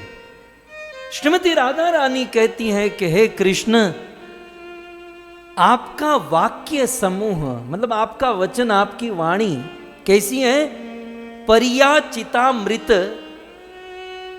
परियाची माने आपकी, परियाची माने सिंचित। आपकी वाणी कैसी है? परियाची माने सिंचन की हुई। किससे? अमृत से। हे कृष्ण, आपकी वाणी परियाचितामृत रसानी, अमृत रस से सिंचित है। आपके प्रत्येक शब्दों में अमृत भरा हुआ है। और केवल अमृत ही नहीं है, देखो ये हो गया मधुर या गिरा, और फिर वल्गु वाक्य या। एक तो आपकी वाणी में अमृत भरा है, अमृत से सिंचित है, और दूसरी पदार्थ भंगी। आपकी वाणी में पद, अर्थ और भाव भंगिमा है। 3 वस्तु, पद, अर्थ और भंगी। बहुत सुंदर पद है, अर्थ है और भंगी माने प्रस्तुतिकरण है। तो परियाचितामृत रसानी पदार्थ भंगी, अमृत रथ से सिंचित और पद, अर्थ और भाव भंगी वाली आपकी सुंदर वाणी। वल्गुनी, वल्गुनी वही वल्गु वाक्य या हमने अभी सुना गोपी गीत। और ये तो आपकी वाणी हुई। फिर आपके नेत्र कैसे हैं? तो वल्गित विशाल विलोचनानी। वल्गित माने सुंदर, चंचल। कृष्ण के नेत्र चंचल हैं, वो हिलते रहते हैं। और विशाल, बहुत बड़े हैं। पुष्करेक्षण का अर्थ यहां पर आ रहा है कि वल्गुनी वल्गित विशाल विलोचनानी। व बिल्वा मंगल ठाकुर है, ये कवि है, सुंदर भाषा। सो वल मनोहर, सुंदर, चंचल और विशाल आपके विलोचन, आपके नेत्र है। और बाल्याधिकानि मदमल्लव भाविनी भी, और केशोर अवस्था के चापल्य से मदवल्लव, गोपियों के साथ आपका जलपन हो रहा है, मतलब आपका गोपियों के साथ चर्चा हो रही है। बिल्वा मंगल ठाकुर याद करा रहे हैं कृष्ण और राधा रानी के उस मधुर या गिरा वल्गु वाक्य या को। कभी कभी कृष्ण बरसाना में जाते थे और गोपियों को रोकते थे कि आपको यदि मथुरा जाना है तो हमको टैक्स देना होगा, कर देना होगा। गोपियां कहती नहीं देगी, बोले देना होगा, नहीं देगी। कि ये ब्रज क्या तेरे बाप का है? बोले हाँ मेरे बाप का है। गोपियां मना करती थी और कृष्ण सखाओं के साथ गोपियों की मटकी को फोड़ देते थे। और फिर एक दिन सारी गोपियां मिलकर कृष्ण को पकड़ लेती थी। और कृष्ण दोनों हाथ जोड़ते, कान पकड़ते, आज के बाद हम नहीं करें, वल्गुतानी, ये सब चर्चा। कुसुम सरोवर आप जाते ना, राधा रानी रोज वो कुसुम के फूल चयन करने आती थी। कृष्ण ने एक दिन पकड़ लिया, अरे अरे चोर, तुम रोज यहां से फूल चुरा कर जाती हो। राधा रानी ने कहा, तुम कौन? हम तो यहां से फूल लेकर देवी देवताओं को चढ़ाती हैं, तुम यहां का कौन हो? बोले, हम यहां के मालिक हैं और तुम्हें दंड भुगतना होगा। बोले, कहां का मालिक, कहां का दंड? और इस प्रकार से राधा और कृष्ण के बीच में बहुत सारे जलपन, ये जलपन शब्द के ऊपर मैं कह रहा हूं, गोपी गीत में जो आया है। सो बाल्याधिकानि मद मल्लव भाविनी भी, तो वो कृष्ण की सखिया राधा रानी और गोपियां कृष्ण के साथ चर्चा करती थी। राधा और कृष्ण की ये चर्चा, ध्यान से सुनिएगा, नीचे जो लिखा है, राधा कृष्ण की यह चर्चा भावे लुठंती सुकृताम तव जल्पितानी। जो बड़े बड़े भाग्यशाली सुकृतिशाली जीव हैं, वे लोग रात दिन राधा और कृष्ण का ये जलपन, कृष्ण राधा और गोपी सखियों का ये चर्चा रात दिन अपने मन में स्मरण करते रहते हैं। भावे लुठंती, मुझे मेन आपको ये समझाना है गोपी गीत के आज पूर्णाहुति के समय में, भावे लुठंती सुकृताम तव जल्पितानी। जो भगवान के शुद्ध भक्त, सुकृता, जो सुकृतिशाली जीव है, माने जो भाग्यशाली जीव है, वे रात दिन इसी भाव में पड़े रहते हैं, इसी भाव में जीते हैं। किस भाव में? राधा और कृष्ण की वह गुह्य चर्चा में ही वो रात दिन निकाल देते हैं। और जो दुर्भाग्यशाली जीव है, वो रात दिन दुनिया की चर्चा में बिताते हैं। फलाना ऐसा हुआ, फलाने ने ऐसा किया, ये दुर्भाग्य है। एक बात याद रखिएगा, हमारे मन में संसार की वार्ता, संसार की चर्चा, संसार की वस्तु का स्मरण होना, ये बहुत बड़ा दुर्भाग्य है, बहुत बड़ा दुर्भाग्य है। और सद्भाग्य क्या है? सुकृताम, दूसरी लाइन के अंत में तीसरा शब्द सुकृताम, सुकृति, सौभाग्यशाली जीव, भावे लुठंती। सौभाग्यशाली जीव तो 24 घंटा इसी भाव में जीते हैं, जिस भाव में राधा और कृष्ण की जल्पितानी, वो जो जल प्रजल्प, वो जो चर्चा हुई है, उसी भाव में सुकृतिशाली जीव रात दिन अपना बिताते हैं। सो हमें हमारे जीवन को कुछ इस प्रकार से ढालना चाहिए कि जब हम एकांत में बैठे हो, समय निकाल कर या जब भी समय मिले, तो राधा कृष्ण का ये भाव, ये लीला, राधा और कृष्ण के बीच में हुई ये गूढ़ चर्चा, ये वार्ता, यही हमारे स्मरण में, हमारे मन में बनी रहे। यही सौभाग्यशाली की निशानी है, यही सुकृतिशाली की निशानी है। बाकी दुर्भाग्यशाली जीव तो बस संसारिक वस्तु में ही पड़े रहेंगे।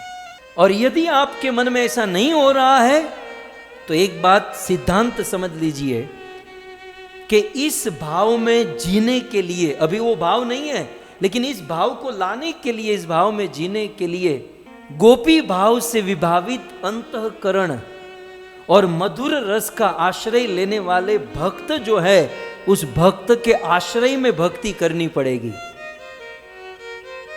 जो गोपी भाव में हैं और जो मधुर रस का आश्रय ले चुके हैं, ऐसे शुद्ध विशुद्ध भक्तों को छोड़कर यदि कोई चाहे कि हम भावे लुठंती, ये तो ये कभी हो नहीं सकता है।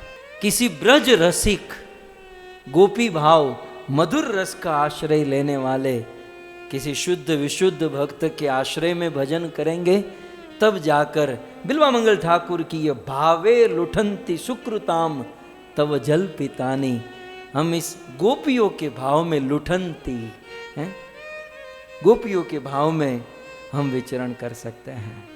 यहां पर भी आए ना, विधि करीरी मां विह्यम वीर मुह्यति अधर सिधुना प्याय यस्वना।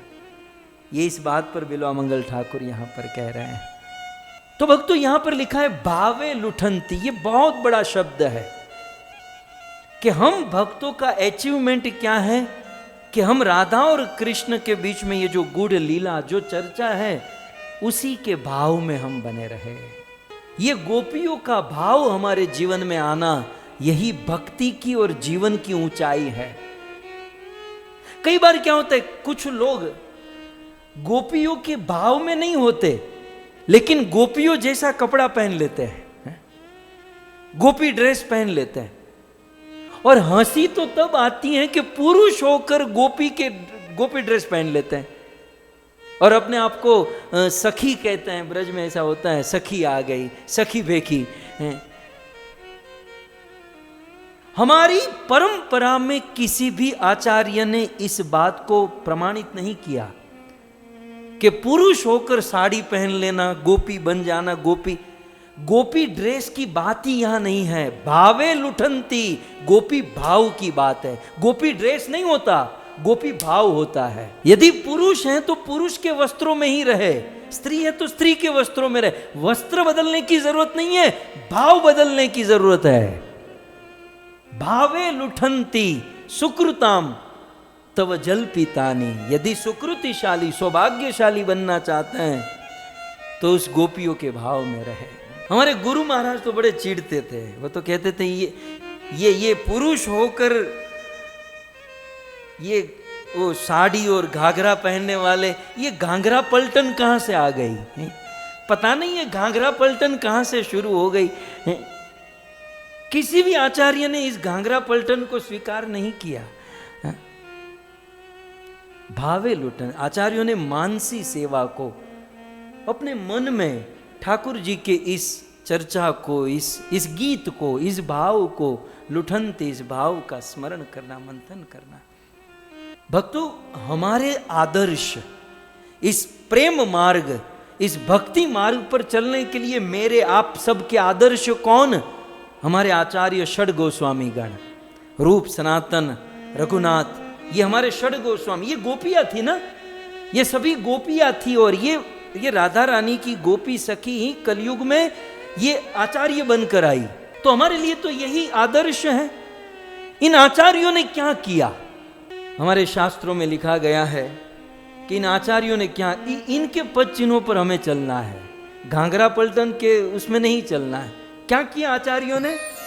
त्यक्त्वा तूर्णम शेष मंडलपति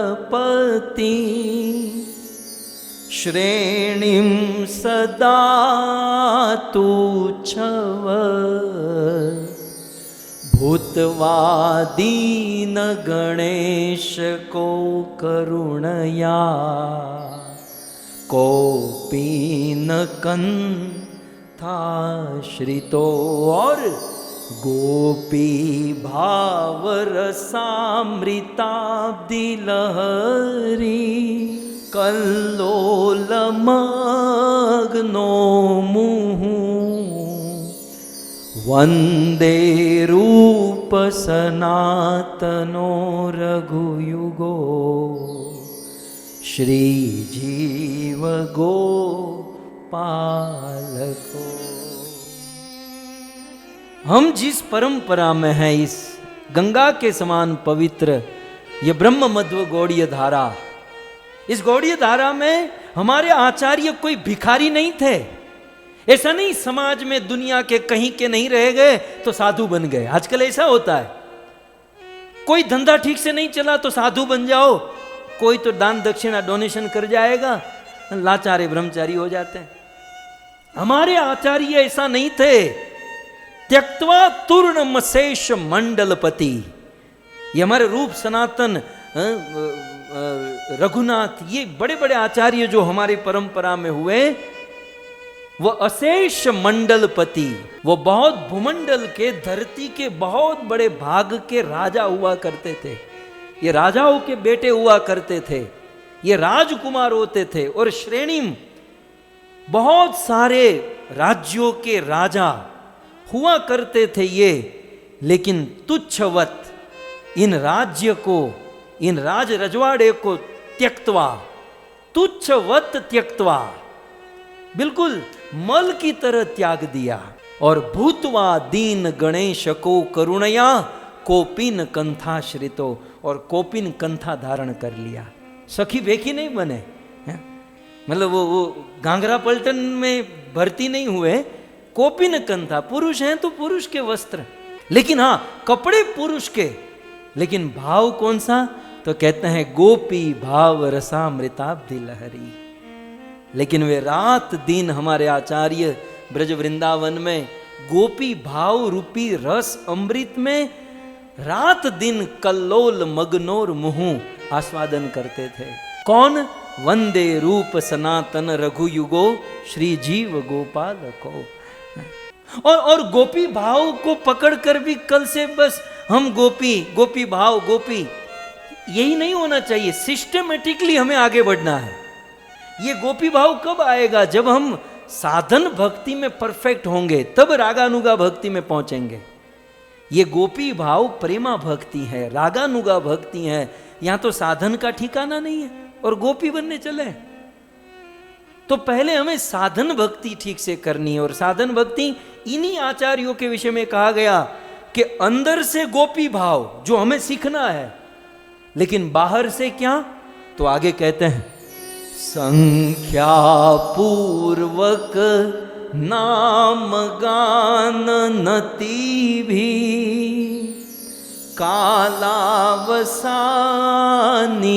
कृतो निद्राहार विहार कादि विजितो चात्यंत दीनो चयो राधा कृष्ण स्मृते मधुर मधुरिमा नंदेन सम्मोहितो वंदे रूप सनातनो रघुयुगो श्री जीव गोपालको।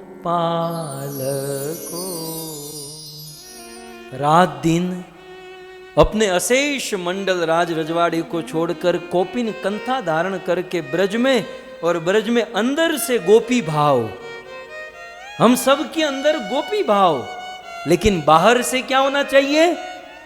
बाहर से कहते हैं संख्या पूर्वक नाम गान नति भी। हमें बाहर से संख्या पूर्वक भगवान का नाम लेना है, गोपी भाव में जाना है, गोपी भाव आस्वादन करना है। वो अंदर से, बाहर से क्या करना है? संख्या पूर्वक नाम।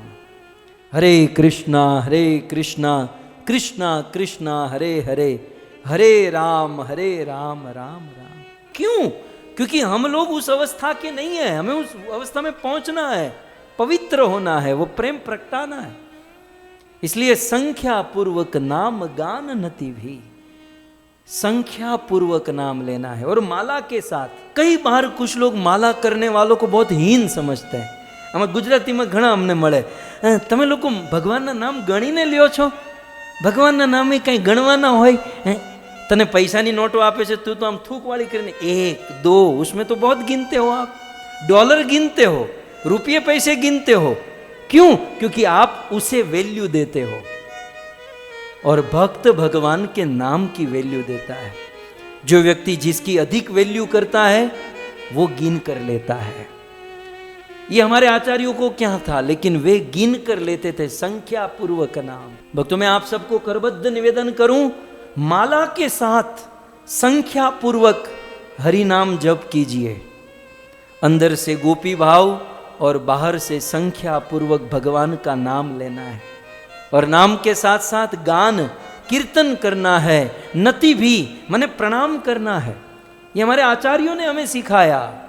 अंदर गोपी भाव होता था, लेकिन बाहर से संख्या पूर्वक नाम लेते, कीर्तन करते, नति भी प्रणाम करते। भक्तों, में आपको क्या कहूं, तत्कालीन मुझे याद आ रहा है, संख्या पूर्वक नाम गान नति भी में अंदर से गोपी भाव और बाहर से साधन भक्ति। रघुनाथ दास गोस्वामी प्रत्येक दिन 1000 बार भगवान को प्रणाम करते थे। रघुनाथ दास गोस्वामी प्रत्येक दिन 1000 भगवान को प्रणाम, और रोज 200 वैष्णवों को प्रणाम, मतलब 1200 बार प्रणाम। और हमारी तरह नहीं ऐसे पाई छू लू, अष्टांग प्रणाम करते हैं, मंत्र बोलकर, उनका नाम लेकर, उनके गुण बोलकर। इसीलिए तो चैतन्य चरितामृत में कविराज गोस्वामी की कलम रुक गई। रघुनाथ अनंत गुण रघुनाथेर के करीबे लेखा। अरे मैं रघुनाथ के विषय में क्या लिखूं? अनंत गुण रघुनाथेर के करीबे लेखा, रघुनाथेर नियम जैसे पाषाणेर रेखा। रघुनाथ का नियम जैसे पाषाण में रेखा, पत्थर में लकीर की तरह होता था। हमारी तरह नहीं, थोड़ी सी सर्दी हो गई, भाई आज माला नहीं होगी, आज जूम पे नहीं जा सकेंगे, आज कथा नहीं सुन पाएंगे, लो बस खत्म, लीला समाप्त। ये हैं आचार्य, और इन आचार्यों की परंपरा में हम लोग हैं, और इस आचार्य की कृपा से आज हम सब साथ में बैठकर ये सब कथा सुन रहे हैं। ये शुद्ध विशुद्ध भागवत के भाव को हम समझने का प्रयास कर रहे हैं। सो इस प्रकार मैं ये कह रहा था कि सुकृतिशाली जीव गोपी भाव में लुठनते जलपनते गोपी भाव का स्मरण करते हैं, और बाहर से भगवान का नाम लेते हैं, भगवान को प्रणाम करते हैं, और इस प्रकार से अपने जीवन को धन्य करते हैं। तो मधुर या गिरा वल्गु वाक्य या बुध मनो गया पुष्करे क्षण, विधि करी रिमा वीर वीर मुहियति अधर सीधु ना प्याय यस्वना। इस प्रकार से गोपियों ने भगवान श्री कृष्ण को प्रार्थना की। तब भगवान श्री कृष्ण मानो गोपियों के मन में प्रकट होकर कहे कि गोपियों, आप कहते हो कि हम लोग मूर्छित हो रही हैं, हमारे गुजराती में वो कि हमें मरवा पड़ी चाहिए, हमारी मृत्यु का समय आ चुका है, वीर है वीर मोहियती, हम लोग मोहित हो रही हैं। तो मानो भगवान श्री कृष्ण कहे कि मोहित ही हो रही हो ना, मर कहाँ रही हो, और तुम दावा करती हो कि तुम मुझसे प्रेम करती हो, मुझे तो ऐसा नहीं लगता। मानो भगवान ऐसा कहे, गोपियों आप ऐसा कहती हो कि तुम मुझसे प्रेम करती हो, गलत, मुझे तो प्रेम दिखाई नहीं देता। कैसे? एक कथा सुनिए। एक बार बहुत पुराने जमाने में एक राजा ने 5-7 लोगों को जेल में बंद कर दिया, कैद में, कारागार में बंद कर दिया। ये अंग्रेजों के जमाने की बात है, उस समय राजाओं के पास अथॉरिटी होती थी। तो राजा ने 5-7 लोगों को जेल में डाल दिया, और रोज राजा उस 5-7 लोगों को अपने सामने हाजिर करवाते, और राजा अपने आदमी के पास वो कोड़ा लेकर खड़ा करते, और 2-5 कोड़ा जोर जोर से मारते, और फिर राजा कहते चलो तुमको हमारे प्रति प्रेम आया कि नहीं? वो ये बोलते कि नहीं प्रेम नहीं, और कोड़े जोर जोर से मारते, तुमको हमारे प्रति प्रेम आया कि नहीं? अब किसी के प्रेम को खींचने का ये तो तरीका नहीं है ना कि कोड़े से पीटो और कहो कि प्रेम करो, प्रेम आया। देखो, प्रेम को यदि किसी का प्रेम खींचना चाहते हो तो उसको मारने की जरूरत नहीं है, उसको कंट्रोल मत करो। इस दुनिया में लोग ऐसा करते हैं, किसी के जैसे वो राजा कोड़े से मरवा कर उसका प्रेम लेना चाहता था, ऐसा नहीं होगा। प्रेम चाहिए तो प्रेम दो, प्रेम देने से प्रेम मिलता है। किसी भी वस्तु में मीठा डालोगे तो वो मिठास वाला बनेगा, आप जो इन्वेस्ट करोगे वही आपके पास आएगा। मीठा डालोगे, मीठा करने का तरीका है मिठास, मिठास डालो मीठा हो जाएगा, प्रेम डालो प्रेम हो जाएगा। तो गोपियां, कृष्ण मानो गोपियों से कहे कि तुम ऐसा कहती हो कि तुम मुझसे प्रेम करती हो। तो प्रेमी जो होता है ना, वो प्रेम करता है, प्रेम डालने से प्रेम मिलता है, जैसे मीठा डालने से मीठा मिलता है। तुम तो मुझे डांट रही हो, जब से गोपी गीत शुरू हुआ है तब से मुझे डांटने बिना कुछ कर ही नहीं रहे हो। मधुरा गिरावल गुवा के आपकी वाणी ऐसी, आप ऐसे, आप इतने कठोर हो, न खलु गोपिका नंदनो भवान, बस कब से मुझे डांटे जा रही हो, डांटे जा रही हो। मैं कैसे मानूं कि तुम मुझसे प्रेम कर रही हो? अब गोपियों का तो वास्तव में प्रेम था, कविराज गोस्वामी कहते हैं काम अंध तम प्रेम निर्मल भास्कर। गोपियों का प्रेम तो निर्मल भास्कर के समान था, लेकिन भगवान श्री कृष्ण कहते हैं तुम मुझे डांट रही हो, इसका अर्थ यह है कि तुम्हारा मुझसे प्रेम नहीं है। और प्रेम का स्वभाव होता है कि प्रेमी यदि न हो तो उस प्रेमी के विरह में वो अपना प्राण छोड़ देता है। जैसे मछली का प्रेम पानी से होता है। पानी में, जल में बहुत सारे जीव रहते हैं ना, मगरमच्छ भी जल में रहता है, कछुआ भी जल में रहता है, लेकिन मगरमच्छ जल में रहकर जल से प्रेम नहीं करता। कछुआ जल में रहता है लेकिन उसका जल से प्रेम नहीं होता। लेकिन हाँ, मछली जल में रहती है लेकिन मछली का जल से प्रेम होता है। क्यों?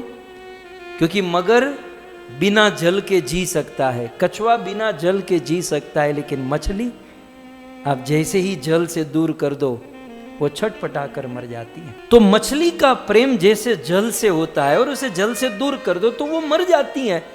और गोपियों, तुम ऐसा दावा कर रही हो कि तुम मुझसे प्रेम करती हो और मैं तुमको छोड़कर चला गया तो तुम लोग मर जानी चाहिए, तुम जीवित क्यों हो? इसका अर्थ यह है कि तुम मुझसे प्रेम नहीं करते। तब गोपियां अगला श्लोक कहती हैं, कृष्ण कृष्ण हम तो कब की मर गई होती, आपके विरह में हम कब की मर गई होती, लेकिन आपके विरह में हमको जिला रही है तो वो है आपकी कथा। हम अभी यहां जीवित बैठी है तो कृष्ण आपकी कथा को सुनकर, आपकी कथा का श्रवण करके। तव कथामृतम तप्त जीवनम कविभिरीडितम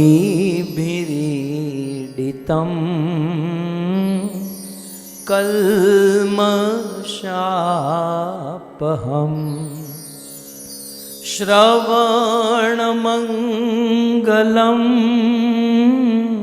श्रीमदाततम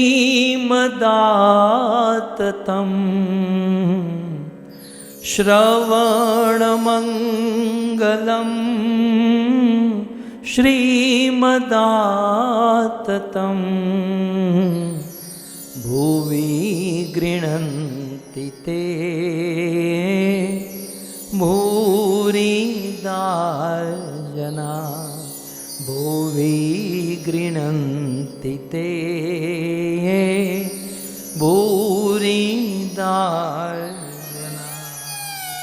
हे कृष्ण, कृष्ण आपके विरह में आपकी कथा हमें जिला रही है।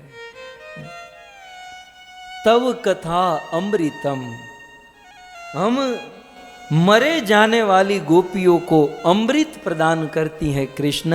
तव कथा, आपकी कथा, आपकी कथा सुन सुनकर दिन बिता रही है, समय काट रही है। वैसे इस श्लोक के लिए तो मुझे लगभग 3-4 दिन चाहिए। ये श्लोक नहीं तो 7 दिन की कथा ही कर देंगे इस एक श्लोक के ऊपर। बहुत बड़ा श्लोक है ये। इसी श्लोक से तो चैतन्य महाप्रभु राजा प्रताप रुद्र को गले मिले थे। राजा है तो क्या हो गया, महाप्रभु ने कहा मैं उसका चेहरा नहीं देखूंगा, मेरे लिए राजा वाजा कोई नहीं। लेकिन राजा प्रताप रुद्र ने जब यह श्लोक गाया, महाप्रभु दौड़कर आलिंगन किए, धन्य हो, और गाओ और गाओ। मैं ज़्यादा तो नहीं, लेकिन एक शब्द 2 शब्द आपके बीच में थोड़ा सेलिब्रेट करूं। गोपिया कहती है तव कथा अमृतम, कृष्ण आपकी कथा अमृत के समान है। और तप्त जीवनम, इसके ऊपर मैं कुछ बोलना चाहता हूं कि हे कृष्ण, आपकी कथा तप्त, दग्ध, दुखी लोगों को जीवन प्रदान करती है। तप्त जीवनम, दुखी जीव को सुखी बना देती है आपकी कथा। मैं आपको एक प्रश्न पूछूं, इस दुनिया में वास्तविक दुख क्या है? इस दुनिया में वास्तविक दुख का कारण क्या है? इस दुनिया में वास्तविक दुख का कारण है कृष्ण से दूर हो जाना। That's all. जो व्यक्ति जितना अधिक कृष्ण से दूर होगा वो व्यक्ति उतना अधिक दुखी होगा, चाहे उसके पास धन का ढेर क्यों न हो। उनके पास दुनिया की सारी उपलब्धि क्यों न हो, इस तात्विक बात यह है, कृष्ण से जितना दूर उतना दुख ज्यादा, कृष्ण से जितनी निकटता उतना दुख कम, सुख ज्यादा। सीधी बात है। क्योंकि हम लोग बार बार सुनते आए, कृष्ण कौन? आनंद कन। कृष्ण कौन? सच्चित आनंद घन। कृष्ण कौन? जो आनंद सिंधु सुख राशि। कृष्ण कौन? नंद घेर आनंद भयो, जो साक्षात आनंद की मूर्ति है। उस आनंद से आप जितना दूर होगे, स्वाभाविक है, सीधा सीधा हिसाब है, कृष्ण से जितना अधिक दूर उतना अधिक दुख। That's all. फॉर एग्जाम्पल, भक्तों, भारत की संस्कृति धन्य है कि भारत में बचपन से ही बच्चों को सिखाया जाता है, मछली जल की रानी है, जीवन उसका पानी है। बचपन से ही ये संस्कार भारत के लोगों में है। लेकिन बस इसको ठीक जगह पर इस्तेमाल करना है। अब मछली जल की रानी है, जीवन उसका पानी, और वही मछली पकाकर खा जाए, तो ये तो ठीक नहीं है ना। जैसे मछली का वास्तविक दुख क्या है, सब लोग जानते हैं। मछली का वास्तविक दुख पानी से दूर हो जाना। That's all. मछली जितना अधिक पानी से दूर होगी उतना अधिक दुखी होगी। अब आप कहो, पानी से दूर करके मछली को झूले पर झुलाया, चलो झूले पर झुलाएंगे, उसको रसगुल्ला खिलाएंगे, बहुत बड़ी एलसीडी टीवी के सामने उनको थिएटर में बिठाएंगे। पानी से दूर करके मछली को आप कुछ भी दे दो, वह दुख घटेगा नहीं, बढ़ते जाएगा कुछ। क्योंकि मछली का स्वरूपगत स्वभाव, मछली का स्वरूप है पानी के निकट रहना, पानी के साथ रहना। ठीक उसी प्रकार जीवात्मा का स्वरूपगत स्वभाव है कृष्ण के साथ रहना। मछली पानी से दूर हुई तो दुखी, वैसे जीव जितना कृष्ण से दूर होगा उतना अधिक दुखी होगा, और ये जीव कृष्ण से जितना निकट आएगा उतना अधिक सुखी होगा।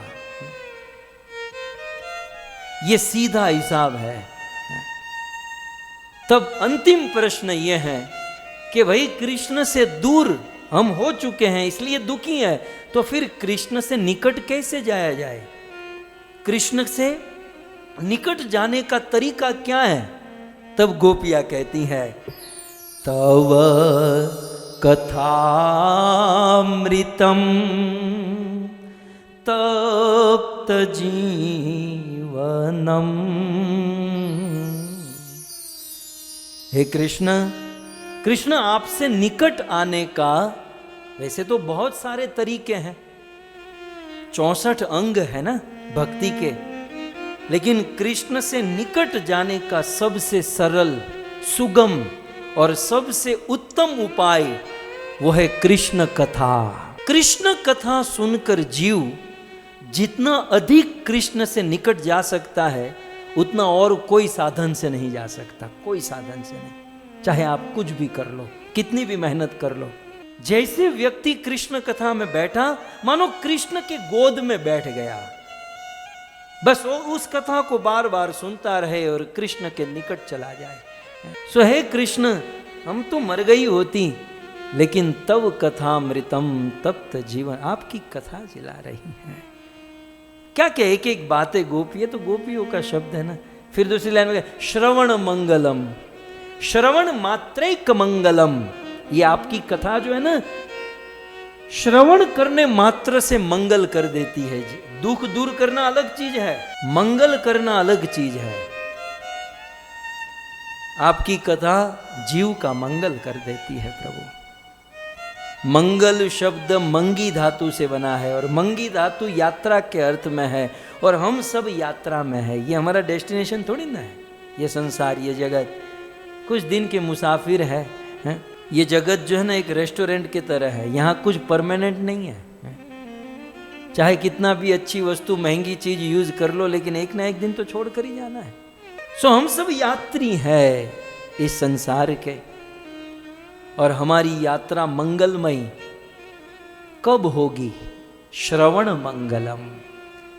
पहले तो ये जीवात्मा की यात्रा जो है ना, इसका डेस्टिनेशन है वैकुंठ, भगवत प्रेम, भगवत धाम।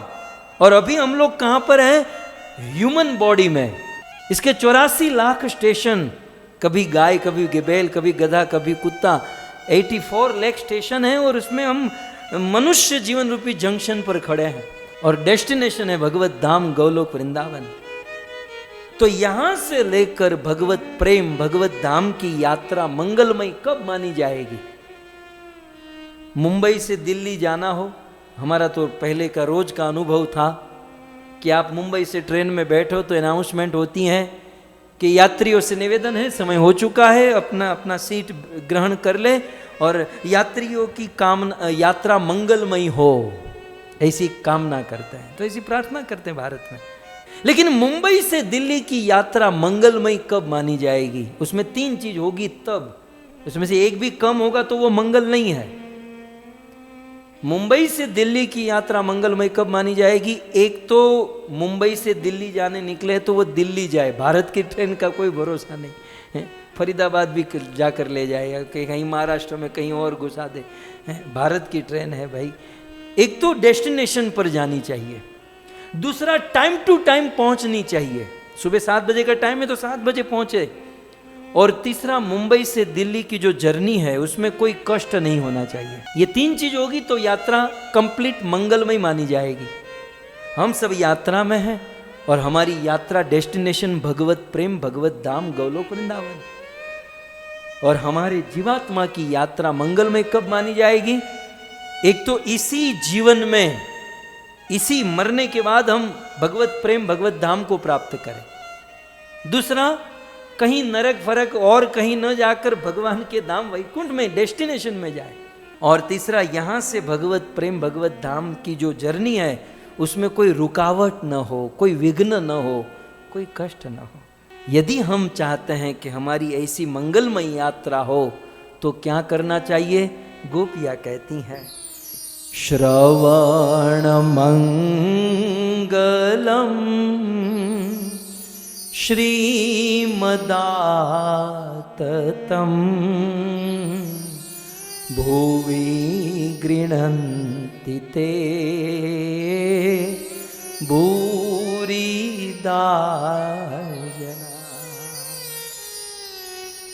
इस प्रकार से भगवत कथा की असीम अपरिसीम महिमा है। गोपियों का गीत तो अमर है भक्तों, गाने वाले गाते रह गए, कहने वाले कहते रह गए, सुनने वाले सुनते रह गए, लेकिन आज तक इसका कोई पार नहीं पा पाए। मैं भी चला था परिचय देने के लिए, ठीक से इसका परिचय इस 5 दिनों में केवल 2 श्लोक का हमने केवल परिचय दिया कि भाई ऐसा ऐसा 2 चीज है, और आप लोगों ने बड़े धैर्य से इसका श्रवण किया। आप सब भक्त बड़े भाव से, बड़ी श्रद्धा से इस कथा का श्रवण किए। आप सभी भक्तों को भूरी भूरी धन्यवाद।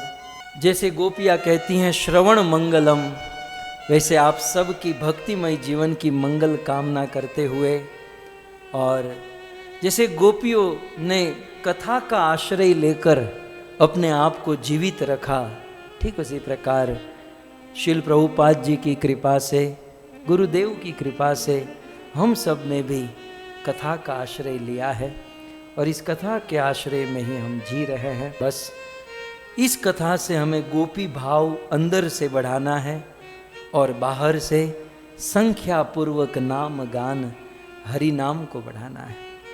यदि ये जीवन में उतर गया तो हमारी ये कथा गोपी गीत परिचय भाग 2 ये हम सफल मानेंगे। मैं बारंबार धन्यवाद दूं आप सभी भक्तों को कि आप सब भक्त बहुत समय निकाल कर, आप सबका समय बड़ा कीमती होता है, फिर भी आप उसे निकाल कर आते हैं, कथा सुनते हैं, हमारा उत्साह बढ़ाते हैं। हालांकि मुझे कुछ बोलने नहीं आता, मैं कोई स्वरूपगत वक्ता नहीं हूँ, मैं कोई इतना प्रचारक, हमारी 21 पीढ़ी में किसी ने ये नहीं किया, लेकिन हम कर रहे हैं क्योंकि आप सुन रहे हैं, आपका प्रेम है तो हम मजबूर होते हैं। इसमें बहुत सारी त्रुटियां है ही, होगी नहीं, है ही, होती है। कलयुगी जीव, कलयुगी बुद्धि, ये चमड़े की जीव है। लेकिन उन त्रुटियों को न देखकर केवल सार और गुण को ग्रहण कीजिए। इसलिए मैं आचार्यों को आगे रखता हूँ, आचार्यों की टीका आपके सामने रखता हूँ, फिर बोलता हूँ शायद गलती हो जाए, तो मूल तो आपके पास रहेगा और उसे संजो कर रखिए और जीवन को धन्य कीजिए। सो धन्यवाद आप सभी भक्तों का, और विशेष धन्यवाद इस कथा के आयोजक हमारे अमेरिका न्यूयॉर्क निवासी रसिक भाई भावना माता। भावना माता की बड़ी इच्छा थी कि हमारे लड्डू गोपाल का नामकरण किया जाए, तो क्योंकि हमारी ये कथा गोपी गीत के इस श्लोक में हुई है, तो ये तो मेरा सौभाग्य होगा कि आपने मुझे लड्डू गोपाल का नामकरण करने के लिए निवेदन किया था कुछ समय पहले। हमने भगवान श्री कृष्ण के इस गुण का श्रवण किया भरपूर, मधुर या गिरा वल्गु वाक्य या, इसलिए हम आपके लड्डू गोपाल का नामकरण करके आज इस कथा का विराम करेंगे।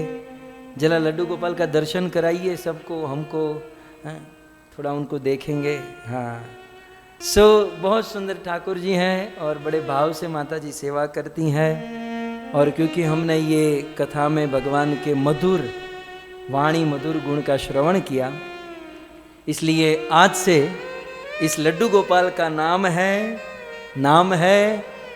मधुर गोपाल। श्री मधुर गोपाल की, श्री मधुर गोपाल की, श्री मधुर गोपाल की। बहुत सुंदर गोपाल जी हैं, लेकिन मधुर है, इसलिए श्री मधुर गोपाल, श्री राधा मधुर गोपाल, इस प्रकार से हम इनको पुकार सकते हैं। और भगवान के सामने इस श्लोक का निरंतर पाठ करना चाहिए ताकि वे प्रसन्न हो। धन्यवाद आप सभी भक्तों का, और आप सब भक्तों के चरणों में गोपी भाव की भीख मांगते हुए, भगवत प्रेम की भीख मांगते हुए इस भागवत कथा का हम विराम करते हैं। आइए जय जयकार के साथ हम आज के सत्र को विराम करें। ग्रंथराज श्रीमद् भागवतम महापुराण की, श्री कृष्णचंद्र भगवान की, जगत गुरु शिल प्रभुपाद की, परम पूज्य राधा गोविंद गोस्वामी महाराज की, निताय गौर प्रेमानंदे। जय जय श्री राधे, जय जय श्री राधे, जय जय श्री राधे श्याम।